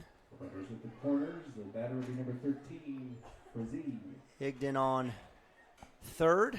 Ben Harmon at first. Runners on the corner. Cooper Frazee with 2 runs on the day. Solo home run. Reached on error in the second. Up top, Harmon easily to 2. And that'll be ball 1. So count 1-0. 1 out here for the Wildcats. On deck is Preston Cotter. Cooper is on the paint, on the chalk. My favorite spot. Yep. 2-0. Another place to live. Once that inside pitch, he's going to have to earn it. And once they get that outside pitch called, he's going to have to earn it. Outside, that'll be ball 3. So auto take here for 1-3 coming up. Runners at second and third. Is there a situation where maybe you give Cooper the green light here? I mean, percentages say no.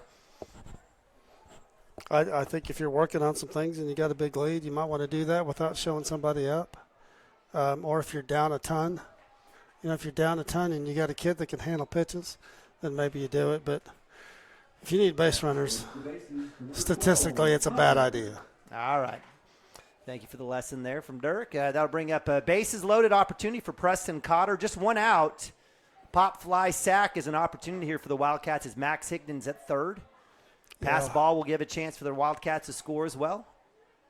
Stares at outside fastball. Just looking for good contact here. I think the way that kid hits the ball the first 2 times up, you give him blue green light. That's an exception. He had that both deep there. Outside pitch, ball 2.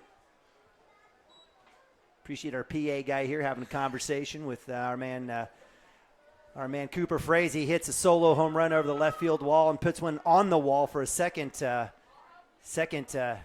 bat. Bases loaded. Outside. Pass ball. Here comes Higdon.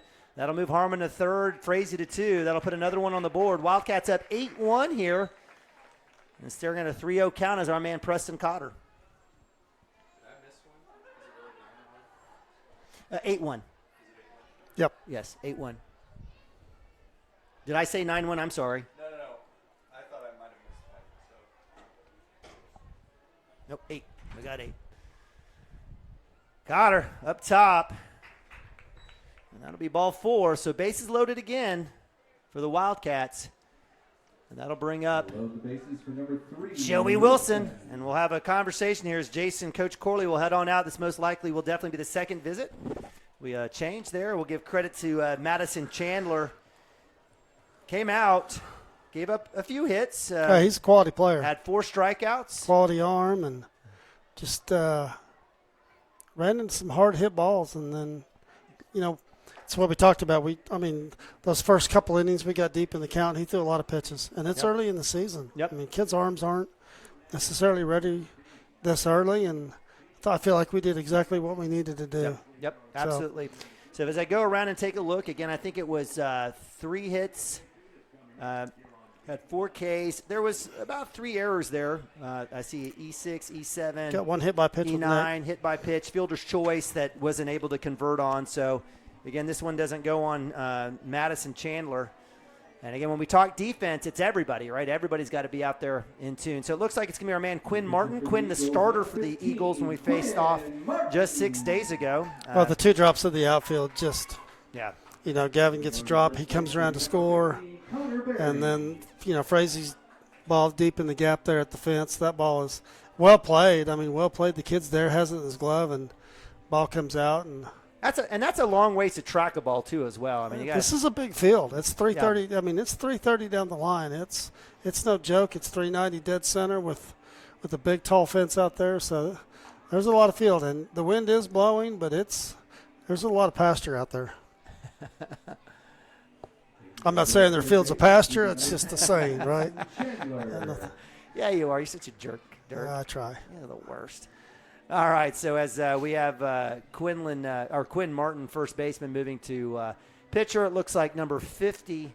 Looks like that's Connor Berry moves from third to first, and then our starting pitcher, Madison Chandler, moves from pitcher to third. No other changes there for the Eagles. One thing we haven't talked about is between the lines on the dugouts and the lines on the backstop. We talked a little bit behind the plate. But there's a lot of room on this field, even down the lines. So, lots of opportunities. If you get foul balls popped up, there's a ton of room on this field. They've done it right. So for the Wildcats with 1 out, bases loaded, we've got Joe Wilson laying on the gas on deck, Nabavi in the hole. Everybody having a conversation there. Again, appreciate you guys joining us here on Cashion Wildcats TV. Big shout out to all of our fantastic sponsors. We got 22 of them making it happen for you guys free of charge. Modern Woodsman, Cashion First Baptist, Coffee Creek Church, Todd Miller Design Company. Todd Miller, have you seen him? Like literally, I've not seen him in over a year. Is he alive? Todd Miller. I know. I've seen his commercials. Who? Yes. What's his saying? A little something tickle. What's his deal there? We're not playing slap and tickle. That's right. We love Todd Miller, fantastic ambassador to the community with his time and talents and his money. Appreciate him. He just continues to build that business. Yep. It's amazing what they're doing. He is going to own the stockyards by the end of by the end of the decade. He's talking about a couple months ago putting a concert venue in south of his facility. In the stockyards. You could have Randy Rogers every in single the stockyards. I think it's a fantastic idea. It is a fantastic, great location there. Easy access from I-40. There's a lot of other great venues there. So we've got Wilson up to bat, takes first pitch when Quinn Martin, ball 1. You'll probably have riverboats coming up the river to for concerts. Make it happen. Who knows with Todd, right? Yeah, Todd's got it all. He's a dreamer. He is a doer and a worker, that is for sure. Back in, low, ball 2, 2-0. Well, we know who the brains of the family is. That's right. Michelle will yeah. she'll smile and just give you a wink. And again, a lot of stores out there. They've got Grain and Grange. They got the furniture. They still have Old World Iron out there. It's a fantastic group. Inside pitch, fastball. And Martin coming back inside. So 2-1 for Wilson. Speaking of sponsors, I know I've kept Matt in business this year. Diesel Horse, that is. Sure, absolutely. I appreciate Dr. D. Chopper to pitcher. It's got a chance. Will Wilson have enough legs? And it's in time and bobbled. So that'll score a run as Harmon comes across. For a shortstop, that's about all you can do. I mean, that's well played. But just Joey got it in the right spot there. So we'll give Joey credit for the hit on that one. I would. I'd score that as an infield hit. And that'll bring up our man Landon Lagasse off the hit. Bases loaded. Looks like Stemke's going to run for Joe. All right, a little courtesy. I think that's him, isn't it? Yep. Number 25, it is. Zane Stemke, sophomore. Zane getting some valuable play. In fact, Zane had the what we'd call the walk-off hit, right, in Tuesday night against OCA. Lagasse stares at first pitch outside, ball 1. So, again, bases stay loaded. Wildcats up 9-1. Be nice to get an update on Jackson Miller. Michelle or Todd, if you're out there, let us know what's going on with him. Be nice to know if he's going to have an opportunity to come back or if he's going to end up having surgery. Yeah. Hate to see that Give us an update if you're out there. We'd love it. Jackson, again, a utility player, outfielder, plays middle infield as well, second base for the Wildcats. Lagasse stares at ball 2. Yeah, I feel really bad for him. He's working at that leadoff position and steps on the kids. Just kind of a bang-bang play at first. That was at the Morrison scrimmage, wasn't it? It was a scrimmage and stepped on the kid's ankle or foot at first base and rolled his over. And it didn't look that bad, but, Jackson with him, I mean, could stick a knife in the kid's back and he's going to walk up and, and taking that bat with a knife in his back. Toughest kid I've ever been around. I think he has no central nervous system. In a good way. Count moves 2-2. Breaking ball for Martin gets Lagasse swinging and missing. 2-2, 1 out. Bases loaded for the Wildcats. Comes back, breaking ball. That one's a pop. It's going to be in play. It's going to come back. Catcher. Again, lots of room back here to make those plays. So pop to 2 is Lagasse. That'll be out number 2. And I'll bring up catcher senior Nick Nabavi with bases loaded and 2 outs. And Nabavi, I swear, has led the state in 2 outs at bats. Let's see what happens here with. That's a good point. You're exactly right. He's been up there a bunch in this situation, but he's got lots of bases are jacked here. Base hit scores too. So green light here for Nabavi. Let's see what happens here. Outside, he'll get the ball call there for ball 1. Again, 2 outs for the Wildcats. Putting up a 3 spot already in this inning. 3 in the first, 3 in the second, 3 so far in the third. Outside in the dirt for ball 2. 2-0 count. Again, any base hit will score in 1 and possibly, give credit, you see a Lagasse at second base has a chance to Lagasse just popped out. That's Connor. Oh, I'm sorry, Preston Connor. Well, he runs well, so. Third out with a 4, so fielder's choice. Nabavi wants that one back. Makes contact, but not very hard, and that'll end it. But not after the Wildcats put up 3. Move the score to 9-1 as we move to bottom of 3 here live from Edmond, Oklahoma. Be right back right after this. Cashion Wildcats TV.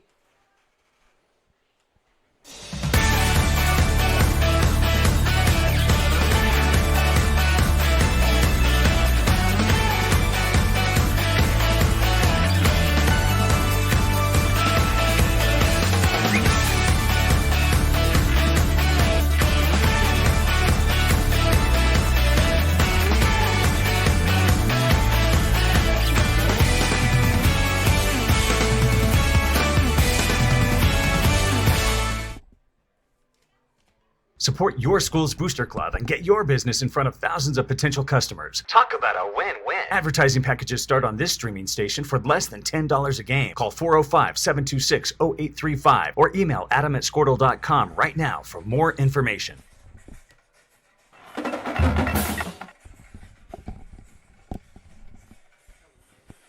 Check, check, check. Mic check. 1 2 1 2 1 2. Firing up.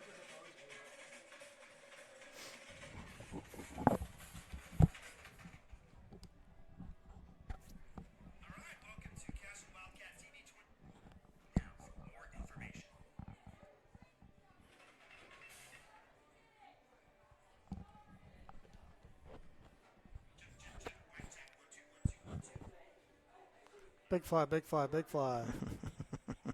Welcome back to Cashion Wildcats TV, live from Edmond, Oklahoma. Where the Cashion Wildcats, 10th ranked in Class 2A, taking on the OCA Eagles here, Class A. Wildcats up 9-1 here as we move to bottom of 3. Appreciate you guys joining us here tonight. It's a beautiful night. Wildcats putting 3 in the first, 3 in the second, and 3 in the third. Joey Wilson on the mound, still there as Nababi gets his legs on, heads out over to behind the dish. Joe Wilson on the day, 5 strikeouts, 1 hit given up. 34 pitches.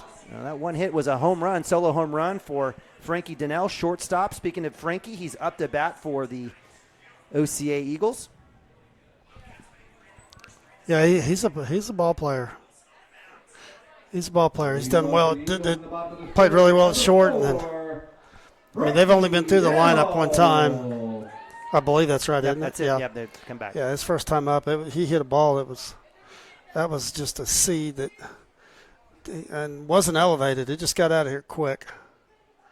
So lights are on. We got nighttime baseball here at Max Dobson Field, campus of Oklahoma Christian University. Again, appreciate you guys joining us here tonight. Wildcats, big week again. Got a game tonight, obviously. We got a game tomorrow, which is not Hillsdale Kremlin Hillsdale. It is now Piedmont JV. So got to change there, but either way, it's at home. It's at home. Wilson first pitch inside, had a chance, a little low. It'll be ball 1. Piedmont's got good baseball. They'll bring over a good quality JV team. So this particular team, these boys have beaten Piedmont's varsity team in essence through junior high, et cetera. So it'll be interesting to see what happens there tomorrow night. Wilson coming right back in with a strike, 1-1. No outs here again for Donnell, Frankie Donnell, shortstop. He's got the lone hit here for the lone run for the Eagles. Quality player at short. Wilson coming back in. That's in the turf, right top of the base. So it moves the count to 2-1. And then the Wildcats again moving to the MO tournament. We talked about that earlier. Thursday noon game against Coyle, and then winner takes on winner of Perkins JV versus Oilton. And that tournament will go into Saturday. Joe balls down. Joe missing the spot here a little bit. Well, I think he's probably not trying to give this guy anything. I mean, he's living low, and that's a good idea after what we saw the first at bat with this guy. He can hit. So Mounts with the shift back into the left. So wind has died down a little bit here today. A little bit more brisk earlier today. Wilson coming back, fastball outside, gets Donnell to swing, and that'll move the count to full, 3-2.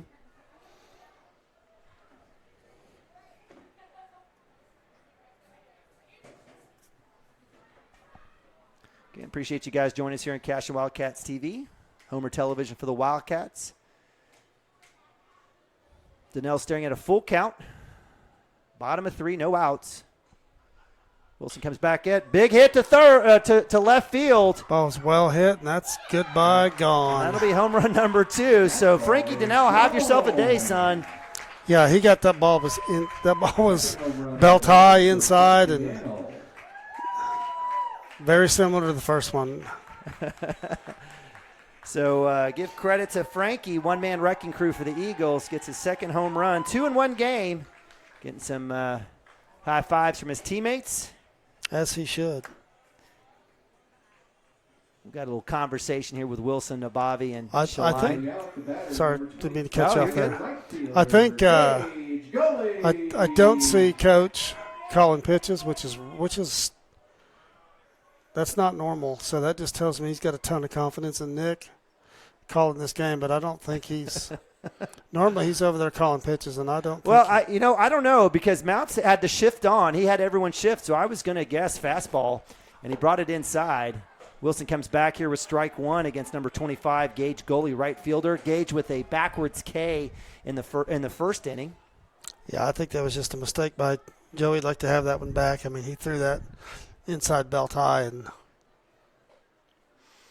comes back in, strike two. So trying to work to get another K here.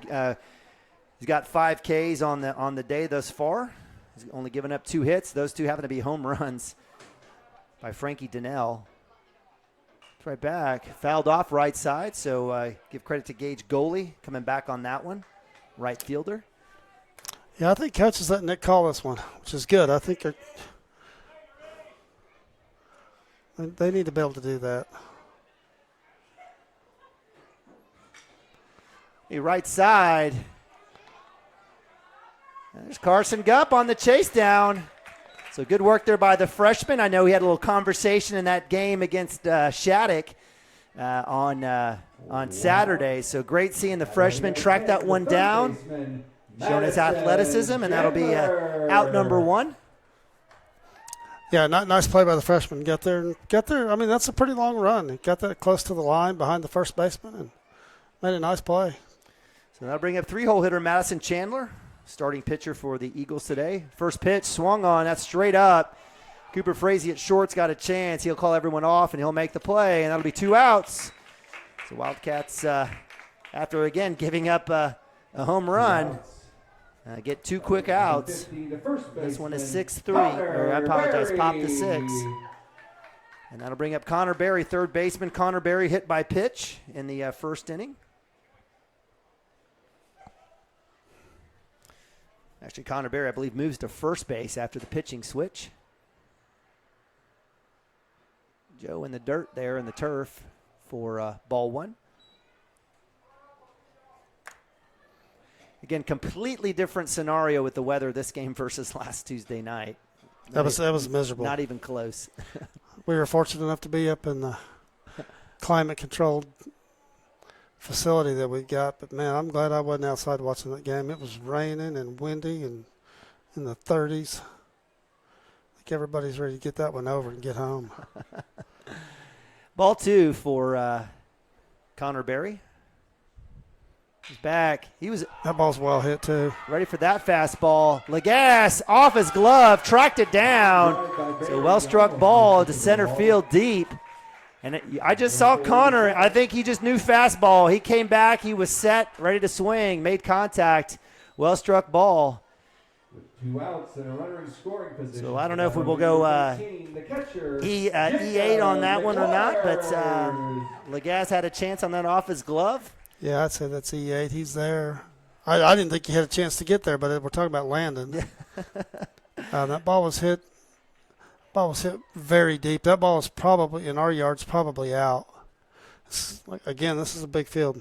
Yeah, we're 375 to center field in Cashion. So that'll bring up Jacob McWaters, catcher, 5-hole hitter number 13. Jacob with a strikeout in the first inning.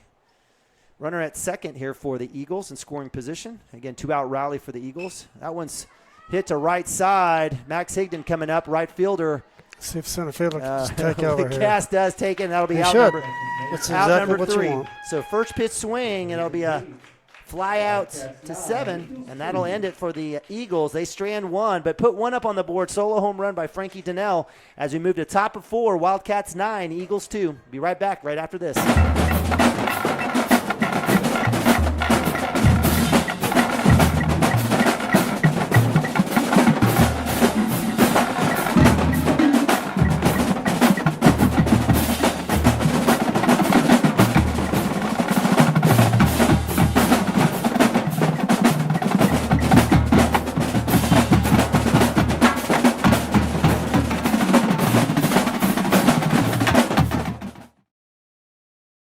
For 31 years and counting, Community State Bank has taken great pride in being your hometown bank. With branches located in Cashion, Dover, and Hennessy, CSB strives to reflect the small town hospitality these communities are known for. Our friendly staff is here to serve you and provide one of the best banking experiences around, equipping our customers with the latest in banking technology combined with a personal, down-home relationship. Come into one of our local branches or visit us at www.mycsb.com.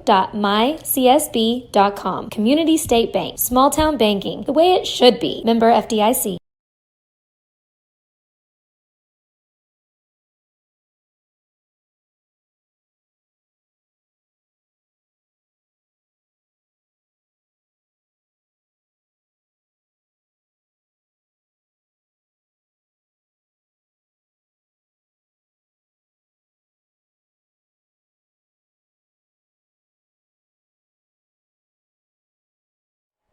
All right, welcome back to Cashion Wildcats TV, Homer Television for the Cashion Wildcats. Neiman and Bobby, Dirk Fippen bringing you tonight's game here, Monday Night Baseball, as the 10th-ranked Cashion Wildcats taking on the OCA Eagles live from Dobson Field on the campus of Oklahoma Christian University. Wildcats up 9-2, moving to the top of 4. Derek Shaline up to bat for the Wildcats, 7-hole hitter. Derek with a reach on E6 in the first and had a strikeout in the third. Takes first pitch ball inside, 1-0. Really nice job by Joe. Those last three batters. Last three batters was a total of 5 pitches. You know, he got deep in the count on the first two, gave up the big fly, but then came right back with 2 outs and 5 pitches. And I've got his pitch count at 48, with 31 of those being strikes. So he's having a good day. Shaline with a foul. Third pitch swung on toward the third base line under the glove of the third baseman, and that'll be a E5 that time, and Derek's on first base dancing.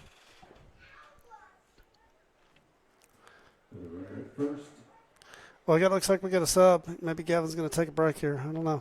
Looks like it. Looks like Gump's going to hit. All right, so Carson Gump, who was at second base, Fippen DHing for him.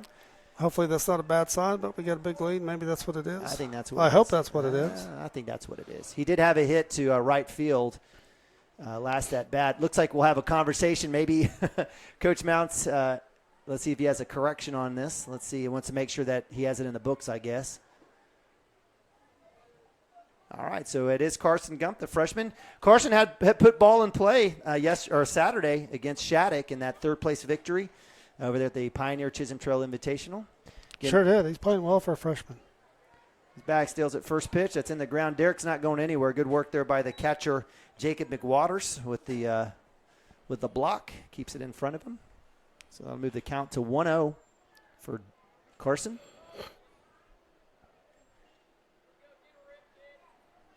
Again, top of 4 action here.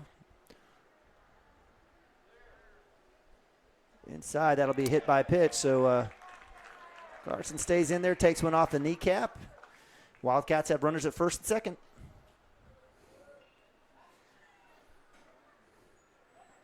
That'll bring up freshman Max Higdon, right fielder. Max with a pop to short in the second and a fielder's choice in the third. Reached and actually scored a run for the Wildcats.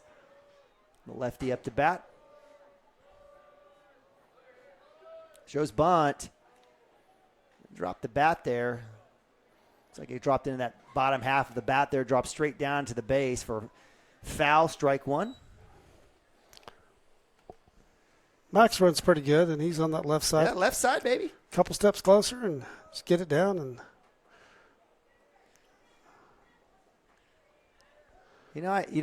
having a daughter now, my fifth here, that left side, if you've got a slapper, we've seen Ichiro, I haven't seen a slapper in Cashion in a long time off that side.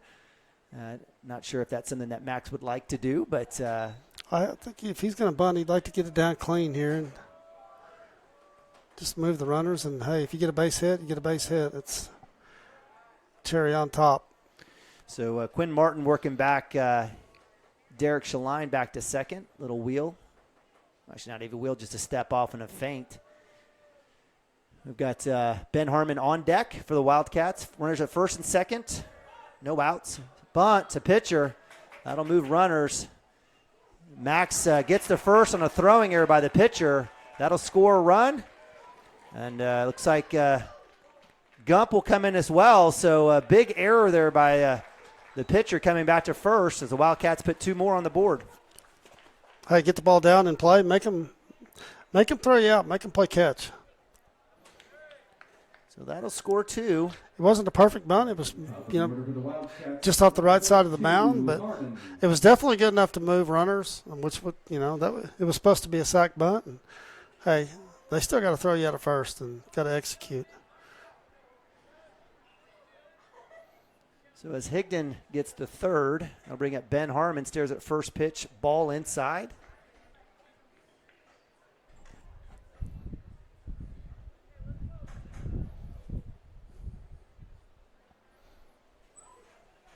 It's 11-1. It's 11-2. I'm sorry. Yes. 11-2. Yeah, we just had 2 in this inning. Harmon, right side bunt. No cover. Let's see if they get it there in time. Is it there in time? He's safe. He was off the bag. That'll bring in Higdon. So nice work there. A couple bunts in a row. Cashion Wildcats playing a little small ball. Just the speed, putting pressure on him. I mean, he just flat out beat the first baseman to the bag. I mean, you got one guy running 15 feet and you got one guy running 60 feet, and Ben beat him to the bag. And I think they were trying to decide who was going to field that ball, but Ben got down there in a hurry. So with no outs, Cooper Frazee up to bat, stares at first pitch ball, 1-0. Ben Harmon at first. I don't know if we'll have a I've seen those Harmon boys eat. I wonder if he thought there might have been a cheeseburger on the other side of the bag, because he got there quick. Outside for ball 2. Again, Quinn Martin staying away from Cooper Frazee, who had a solo shot home run in the first inning himself, as well as a big knock to the wall at his second at-bat. He walked in the third. He takes a healthy cut there. That one's going to be popped up near second, and that one will be caught. Infield fly rule in effect. Cooper just a little bit late with the back half and got underneath that one. I think he'd like to have that one back. So pop to 4 brings up 1 out for the Wildcats, and up to bat will be Preston Cotter, third baseman for the Wildcats. Preston with a K in the first. Looks like a ground out from 5-3 put outs in the second and a walk in the third. Fourth at bat here, looking for his first hit of the day. Yeah, he hasn't squared one up yet, so don't be surprised if. Healthy cut there. Put your shoes back on, kid. I think he was thinking put one on the new track out there. So that'll be strike 1 for Cotter with 1 out. Again, we've got Ben Harmon at first. Square at strike 2. Good pitch from Martin there, hitting that outside edge. That'll move it to 0-2.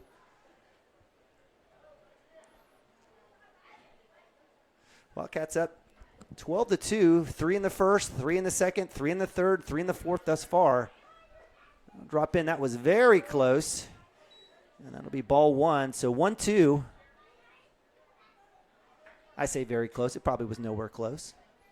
Yeah, it looked close to me. But right. It's a good eye, and he's in a good count here. Back inside. That'll be ball 2. So 2-2, 1 out. Harmon. I say it was a good count. I had it backwards there. Yeah, that's all right. I was going to go with you. I didn't care. So why not? Let's stay positive here. So 2-2, 1 out. Chopper to 1. That'll be a routine play as Harmon moves to 2. So that'll be out number 2.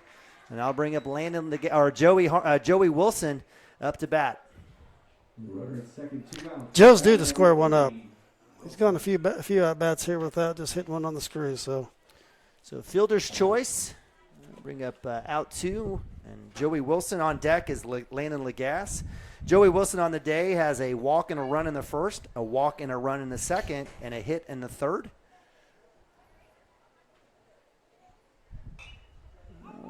Foul ball straight up. Looks like that one will go into the stands. Someone's got a souvenir, snow cone, something. It'll be foul ball, strike 1 for Joe. I think some of the OCA fans giving one of the dads a hard time for not catching that, rightfully so. No free hot dog. No free, well, free snow cone or Dr. Pepper. You get a suicide, I know. No, you got to catch it. Yeah. Joey dropping down to his ankles to take a cut at that one. That'll be fouled off for strike 2. Landon's like, come on, dude, get on base. I want to get up to bat. So 0-2, 2 outs. Harmon at 2. Joe Wilson looking for something here. Is Quinn Martin trying to get out of this? Breaking ball, swung on. That one will go straight to center field. That'll be out number 3 as Ben Harmon is stranded, and that'll be the end of the top of the 4th as the Wildcats put 3 up and go up 12-2 as we move to bottom of 4. Be right back. Cashion Wildcats TV. Christy Perry is a Cashion-based attorney providing clients in Oklahoma with trusted, experienced legal counsel regarding wills and trusts, bankruptcy, and other areas of law. Flexible scheduling is available to discuss your options, and your first consultation is free. If you need assistance regarding a legal matter, call your local Oklahoma licensed attorney, Christy Perry, at 918-373-0882. Our world is changing, but one thing is the same. We're here for you. In these uncertain times, take comfort in knowing that modern women of America is built for this. We are built to handle uncertainties, and we've weathered many in the past 137 years, including world wars, disease outbreaks, depressions, and recessions. You may have concerns about your financial plan, but you can also have peace of mind. You got this because you have us. Hi, my name is Stephanie Woody, and I want to help you or a loved one navigate your way through understanding Medicare. It's hard getting questions answered when you don't know who to call or trust. I am local and appointed with all the insurance carriers in Oklahoma. You can trust me to help you apply for Medicare, make the right decisions based on your current financial and healthcare needs, and feel confident about your future. Act quickly. Annual enrollment period is October 15th to December 7th. Call Stephanie Woody, that's me, at 405-830-4966 to set up an appointment. All right, welcome back to Edmond, Oklahoma. Cashion Wildcat TV production of Cashion Wildcat Baseball 2022. Neiman Abavi, Dirk Fippen bringing you guys 4th inning action here as the Wildcats are up 12-2 here, live from Dobson Field against the OCA Eagles. Wildcats scoring 3 in the first, 3 in the second, 3 in the third, and now 3 in the fourth. 2 runs, solo home runs by the Eagles by Frankie Donnell. Number 5, Ethan Rivera. And so for the Eagles here to start the bottom of 4th is Ethan Rivera, second baseman, number 5. Again, Joe Wilson out on the mound. We're going to see if he's going to complete game. Yeah, sitting at 48 pitches. Why not? So again, Wildcats, no changes here in the defense. First pitch, very close, but it'll be ball 1. I mean, it's early in the week. Joe could throw Monday and come back for the MO tournament and still be in good shape if he keeps the pitch count down. Hey, why not? Yep.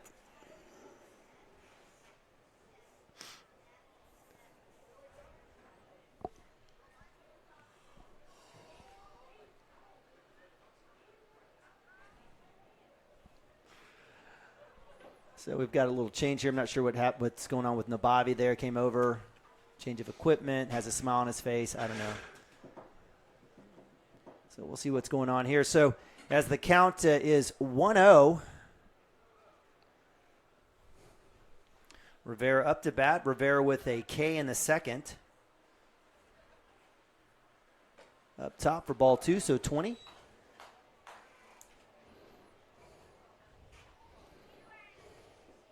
Yeah, appreciate you guys joining us here on Cashion Wildcat TV free production. Big shout out to our guy Adam Dieselhorst over at the Squirtle headquarters in Enid, Oklahoma. That one's fouled off inside pitch for strike 1, 2-1.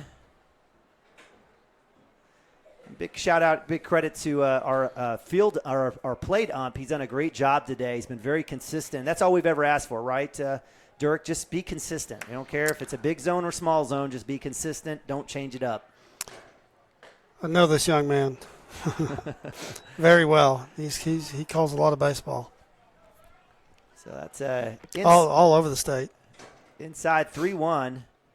Definitely love seeing younger guys coming out. Yeah, we need that. Yeah, that's exactly what we need, especially in basketball and football. Yeah, that'll be ball 4. That'll be a walk. That'll send Rivera to first base, and that'll bring up number 15, Quinn Martin, pitching for the OC Eagles. 15, Quinn Martin. And you know, the system right now, Dirk, you know, I know you guys don't get off my soapbox regarding, you know, fall baseball and all that, but nonetheless, we won't talk about that today. But, you know, the scenario and situation with the umping and officiating in the state is, you know, look, the crowds aren't great, right? But we've always had terrible fans. I don't think that's ever changed even when I played or when you played, Dirk.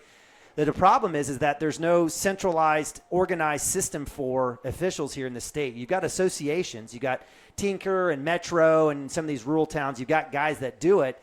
The problem is that there's no formal way to get officials trained, right? There's no formal way to recruit them, and there's no way to continue to keep them going. And so you've got a group of guys that are older, and we've seen it in basketball. I think the average age for officials in basketball is probably close to 60. Hey, you can go travel anywhere to any class, and you got guys out there that are, you know, have been doing it for 30. But no one's replacing them. Yeah, there's no one out there. It's a problem. It's a problem. And so I know that the OSSA is working hard. We saw them at the state tournament in basketball, trying to work to get people recruited. And, you know, when I'm done with my kids, I'm going to be out there officiating basketball. I loved it. I did it for 15 years, enjoyed it from class 6A down, worked summer camps in the college area, loved it.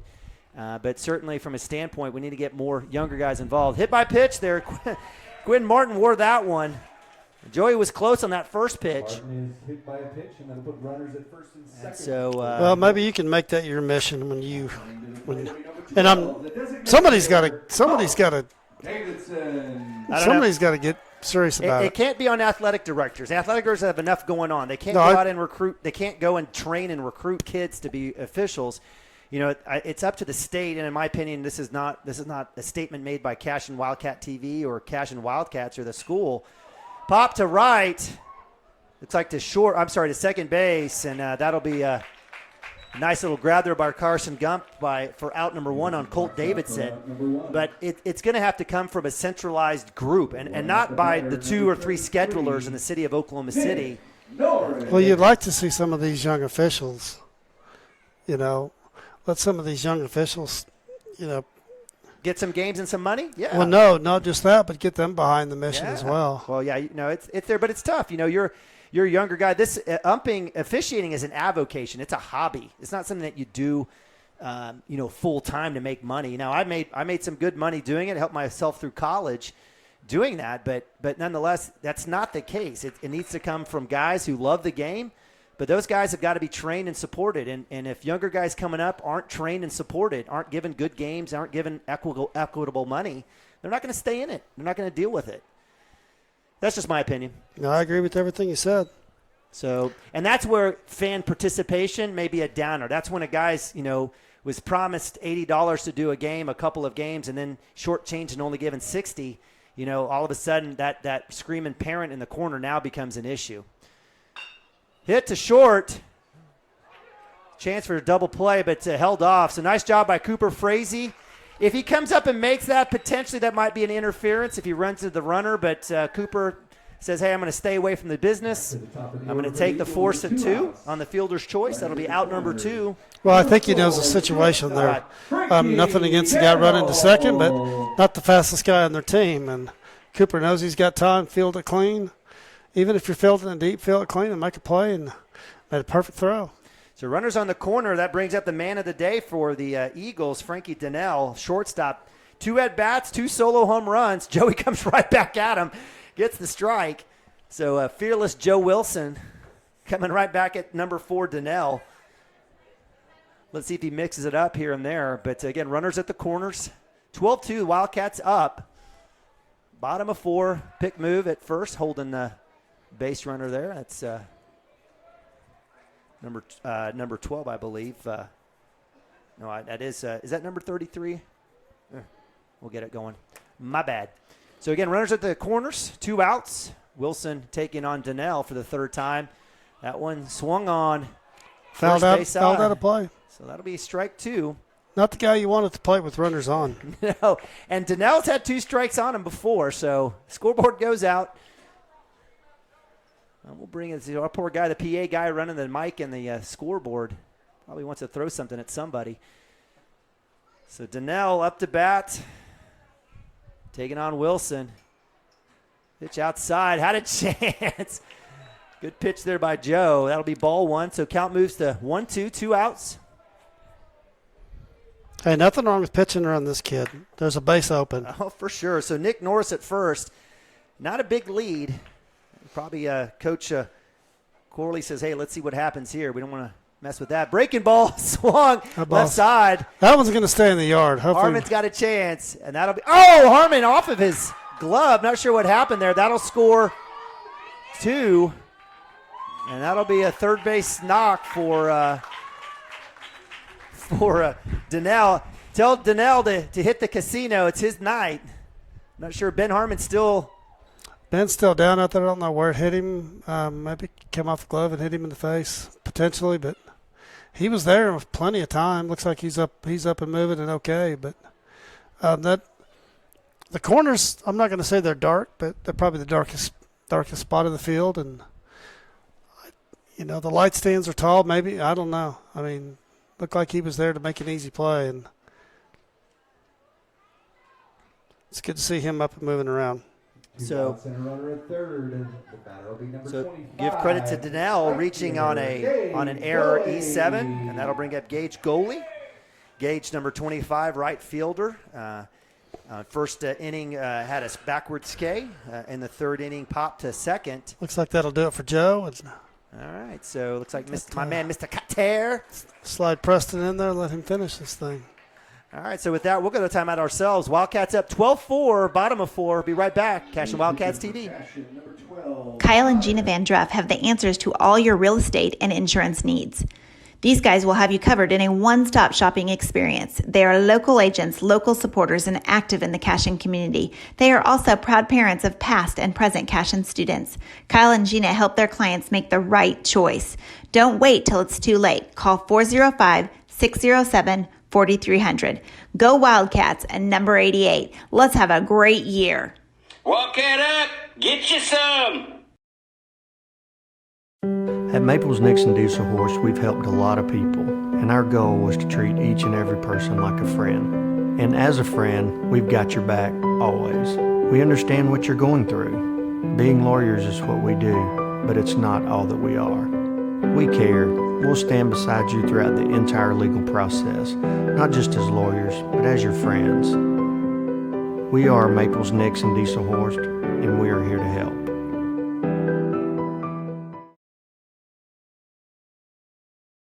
Founded by Jesse and Amy McCracken, Rural Pest Solutions is a Cashion-based, family-owned and operated company. Our focus is on providing the highest level of customer service while effectively treating many common invaders, including spiders, ants, roaches, mice, mosquitoes, fleas, ticks, and termites.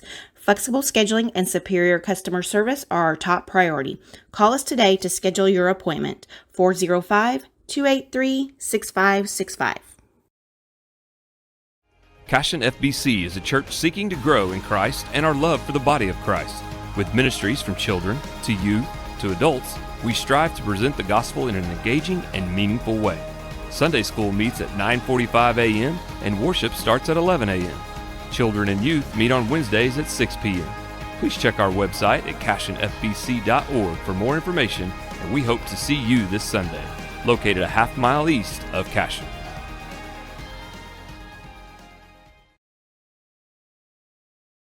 All right, welcome back to Dobson Field here in Edmond, Oklahoma. Pitching change as Preston Cotter for the Cashion Wildcats up to bat. Wind's picked up a little bit. Come out, first pitch swing and a miss there for number 25, Gage Goalie. Good to see Ben. Ben came to the dugout, went back out. So that's good. That's good to see. Don't need him hurt. No, absolutely. Can't don't need anybody hurt. We got enough of that. We got enough. Yes. Don't need another one. Cotter, first pitch, strike. Second pitch, strikes, gets Goalie to chase him all the way out to the opposite box. So count moves to 0-2, 2 outs. Wildcats had a chance to end it there, in the inning there with the catch out in left field. Wind is blowing out, so maybe that kind of messed with Ben out there. Well, he was there and looked pretty comfortable. There we go. That was a quick one for Cotter. So Cotter coming in gets the K after giving up Actually, no hits, but 2 runs. Wildcats still maintain a 12-4 lead, 8-run lead as we head to the top of 5. We're actually going to go timeout. Be right back here on Cashion Wildcats TV. Dr. Matt Dieselhorst at Dieselhorst Sports and Orthopedics can help you get game day ready. Dr. Dieselhorst works with athletes of all ages, taking a coordinated approach to accelerate return to play and maximize athletic performance. His work with pros in sports training, injury prevention, bracing, functional rehabilitation, and imaging works seamlessly with his medical and surgical expertise. Get started by going to Dieselhorst Sports and Orthopedics. Let Dr. Matt Dieselhorst get you back on the field, backing all Oklahoma athletes on the field and off.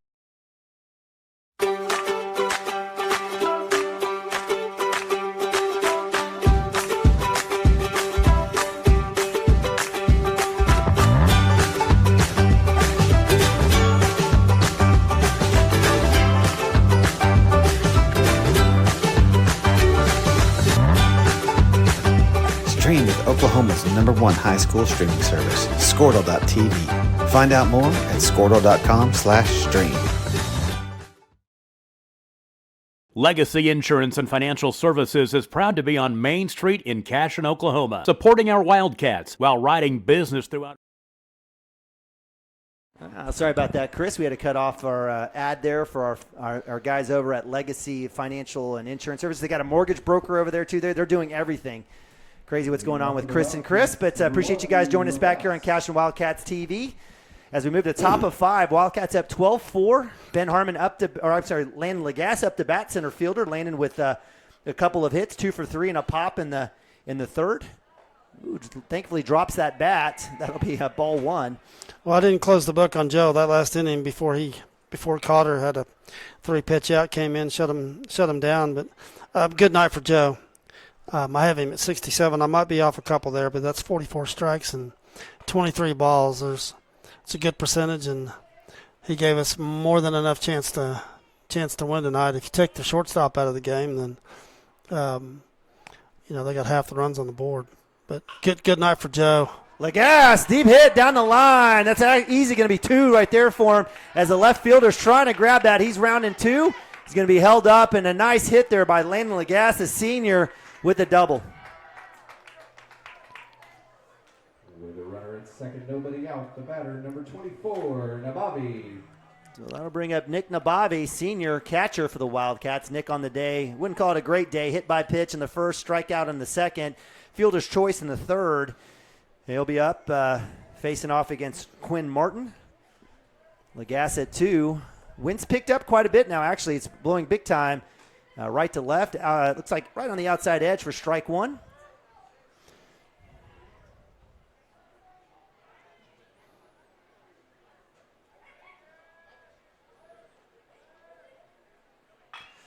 Big hit. That's going to be pop straight up in between center. And so Nabavi throwing his bat out there, flipping it up. Not much power, getting caught up, and that'll be out number 1. Good read by Landon. Not doing anything silly there. Ball's to your right deep. Make him catch it. Behind you or to your left, you're tagging, but got to watch him catch that one. It's a good read. So Glass stays at 2. That brings up Derek Shaline. Sophomore will go opposite field. That'll go foul for strike 1.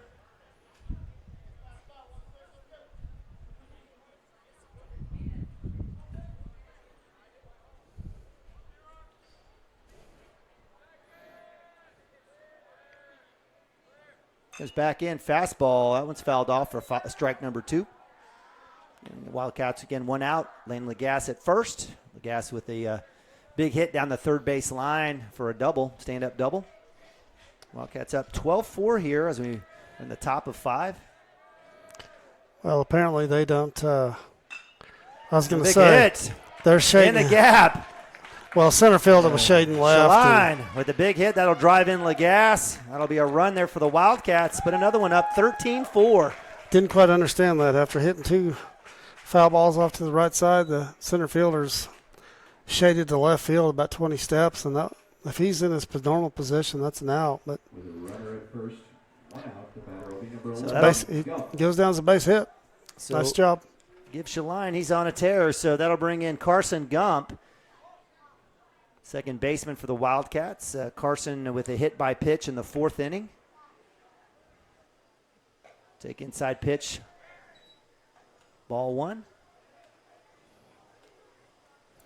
Yeah, Derek just continues to produce. He's doing a great job.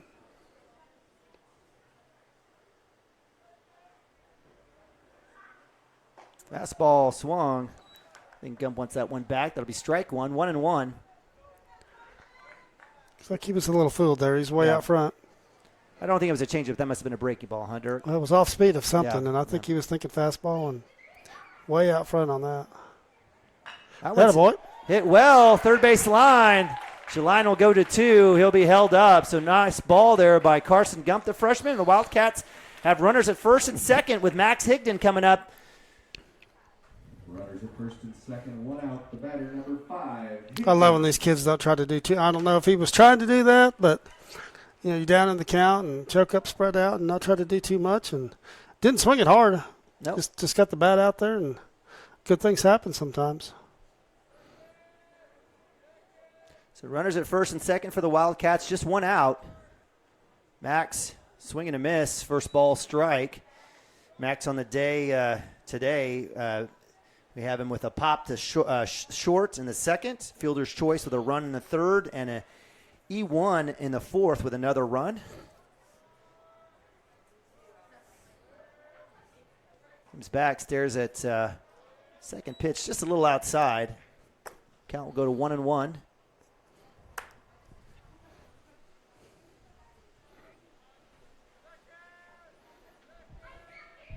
Little wheel move, no one there. Derek was about 2 feet off, so it wasn't much of a threat to steal there. But I like the idea by Quinn Martin keeping that base runner at second thinking. Comes back inside. Big hit, first base side. Matt's getting all of that one. That'll bring Shaline around. Throw in from right field, gets the cut at first, and that'll be an RBI double for our man Max Higdon.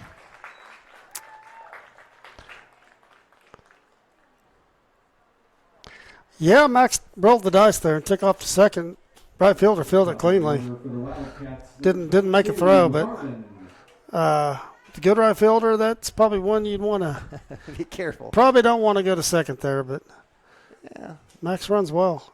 So count goes up 14-4 Wildcats. Ben Harmon, good to see him up to bat.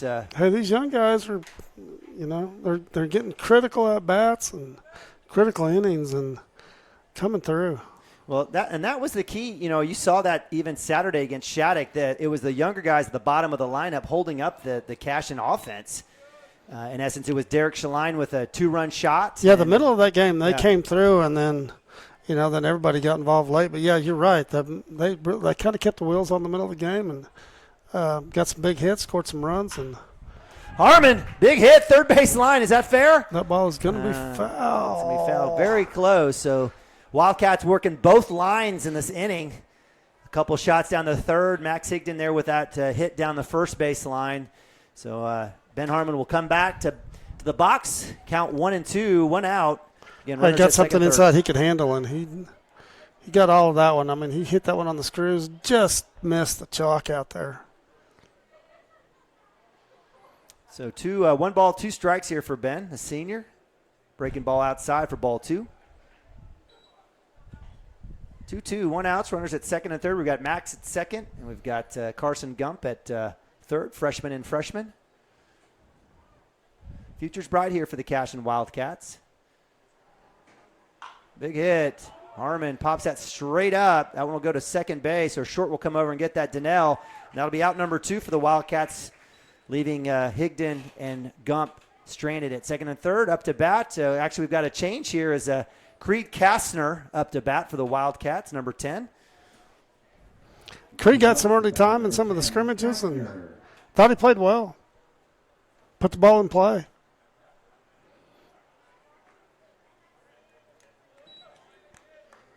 So with 2 outs, runners at second and third. Kastner, the sophomore, get an opportunity to come in. Outside pitch. Nice job there by the catcher. A little backhand there by Jacob McWaters, holding Gump at third. 1-0. And this is where you definitely, you've got even younger guys not even playing. Talk about a junior, Camden Maroney, 2 sophomores, and Hunter Gibson and Nathan Nabavi who have season-ending injuries. So Coach Mounts, right, he's got a good squad this year, but he'll be able to keep everything running even into next year. He'll have a lot. They're going to be young next year, young all over the place, but. The young kids, the JI bunch is loaded, and I'm not sure how many of those kids are 8th graders that'll play next year, but they're going to have to play. But you never know. I mean, we've seen a situation here where, you've got guys that have gotten some good quality innings coming. No, they're good players, and then Kastner, big hit, gap over the shortstop. That'll drive in 2. So a 2 RBI double for Creed Kastner, and just like that, Wildcats add 2 more. Hey, sophomore scoring 2 freshmen there. So, yeah, I mean, these guys are going to be the leaders next year, and you got a ton of seniors saying goodbye, and then you're going to have several freshmen. So it'll, not that they're not going to be good next year. They're going to be young. They're going to be young, and that's okay. So these guys are producing. Heck yeah! So count goes up 16-4. That'll bring up with 2 outs. That'll bring up Preston Cotter on the day. Preston. All right, in the box. Preston on the day, a strikeout in the first, grounded out in the second, walked in the third, and had a fielder's choice in the fourth. He's due. Yeah. Don't be surprised here if he gets into one here. So quickly down 0-2, not where he wanted to be, but we still got a big lead. So with Creed Kastner at second base, Wildcats 2 outs, up 16-4. Preston Cotter up to bat. That's junior.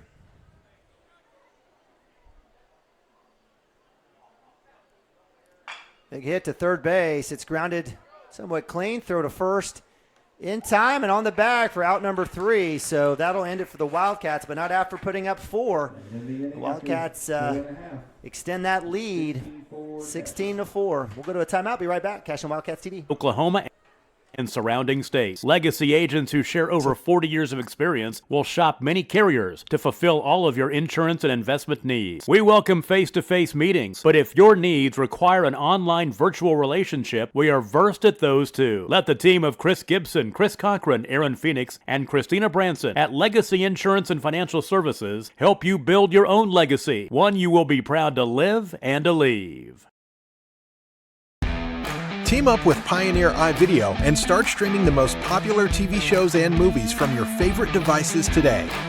Download the iVideo app and start watching anywhere in your home using Pioneer Internet. Each package includes free high-definition and cloud DVR features like Video on Demand, Restart TV, and Replay TV, just in case you forget to record a program. Visit gopioneer.com for more details and compatible devices. Some restrictions apply.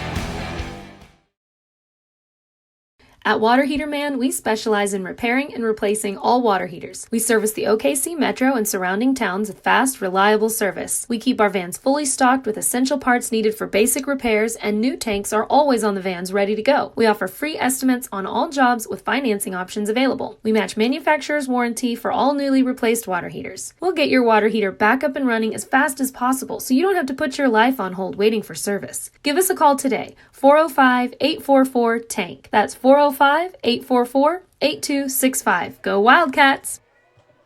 All right, welcome back. Bottom fifth action here live from Dobson Field on the campus of Oklahoma Christian University. It's Cashion Wildcats Baseball 2022 on CWTV. Neiman Ababi, Dirk Fippen bringing you guys the action today. Appreciate you guys joining us. Wildcats up 16-4 as we move to bottom of 5. Got some changes out there as Preston Cotter is on the mound. Let him get that pitch in there. Looks like first pitch strike, so nice work for Cotter working ahead on the count. We've got a little bit of changes going on as we have Ben Harmon's moved to third base. Joey Wilson goes back to first. Had a nice job on the mound. We've got Derek Shaline in right. Max Higdon moves to left. And we've got Lane Lagasse staying at center. Carson Gump at 2 and Cooper Frazee at short along with Nick Nababi at catcher. It's important that Cotter executes here. He came back in, slammed the door that last inning and closed Joe out well.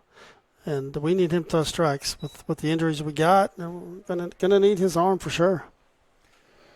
So with the pitch there, count moves to 2-1. 2 balls, 1 strike against Madison Chandler, starting pitcher for the Eagles. Moved to third base. Chandler on the day ground out in the first. Also had a pop in the third. So he's still looking for his first hit. Breaking ball right across. I'm not sure if just missed it there. So count will go to 3-1. No outs, nobody on. Again, Wildcats up 12 here, the bottom of 5. Outside pitch, trying to get that corner, and that'll be a walk as the Eagles get their lead off here in the bottom of 5 to first base. Most everything's outside there. See if Preston can make an adjustment here. So Connor Berry up to bat. Connor with I believe he did have a huge hit. It was that was one off of Legas's glove. I believe so, yes. Yeah, that was a big old hit. He had a hit by pitch in the first inning. So he looks like he could hit it a ton. It takes a healthy cut at that one. Chases that one for strike 1. So, again, no outs here, bottom of 5. On deck for the Eagles looks like number 13. No? Maybe. Nope. Yeah, Jacob McWaters. I apologize. Okay, it is Jacob McWaters. Yeah, catcher. Breaking ball right down, drops it in, hits the string, strike 1. Nice job there by Cotter. Getting actually strike 2 there, 0-2 count for Barry. Now be smart. After he drove that ball 370 the last inning, just be smart here and keep it down. Drops it. Or we can just roll 2. How about Crazy. 6-4-3 with the glove and a double play. So nice work there by the Wildcats. Is that our first double? That's our first routine double that's play. That's our first 6-4-3. Yeah, that's what I thought. Nice dig by Joe, saving that. No surprise. No surprise there. Jacob McWaters. So Brandon does a good job there. Comes back with three straight pitches, 3 straight strikes, and gets that first big out. So I'll bring up catcher, 5-hole hitter number 13, Jacob McWaters. Jacob with a K in the first and a pop or a fly out to left field in the third. Takes first pitch outside for ball 1. I like this kid behind the plate. He's a good ball player.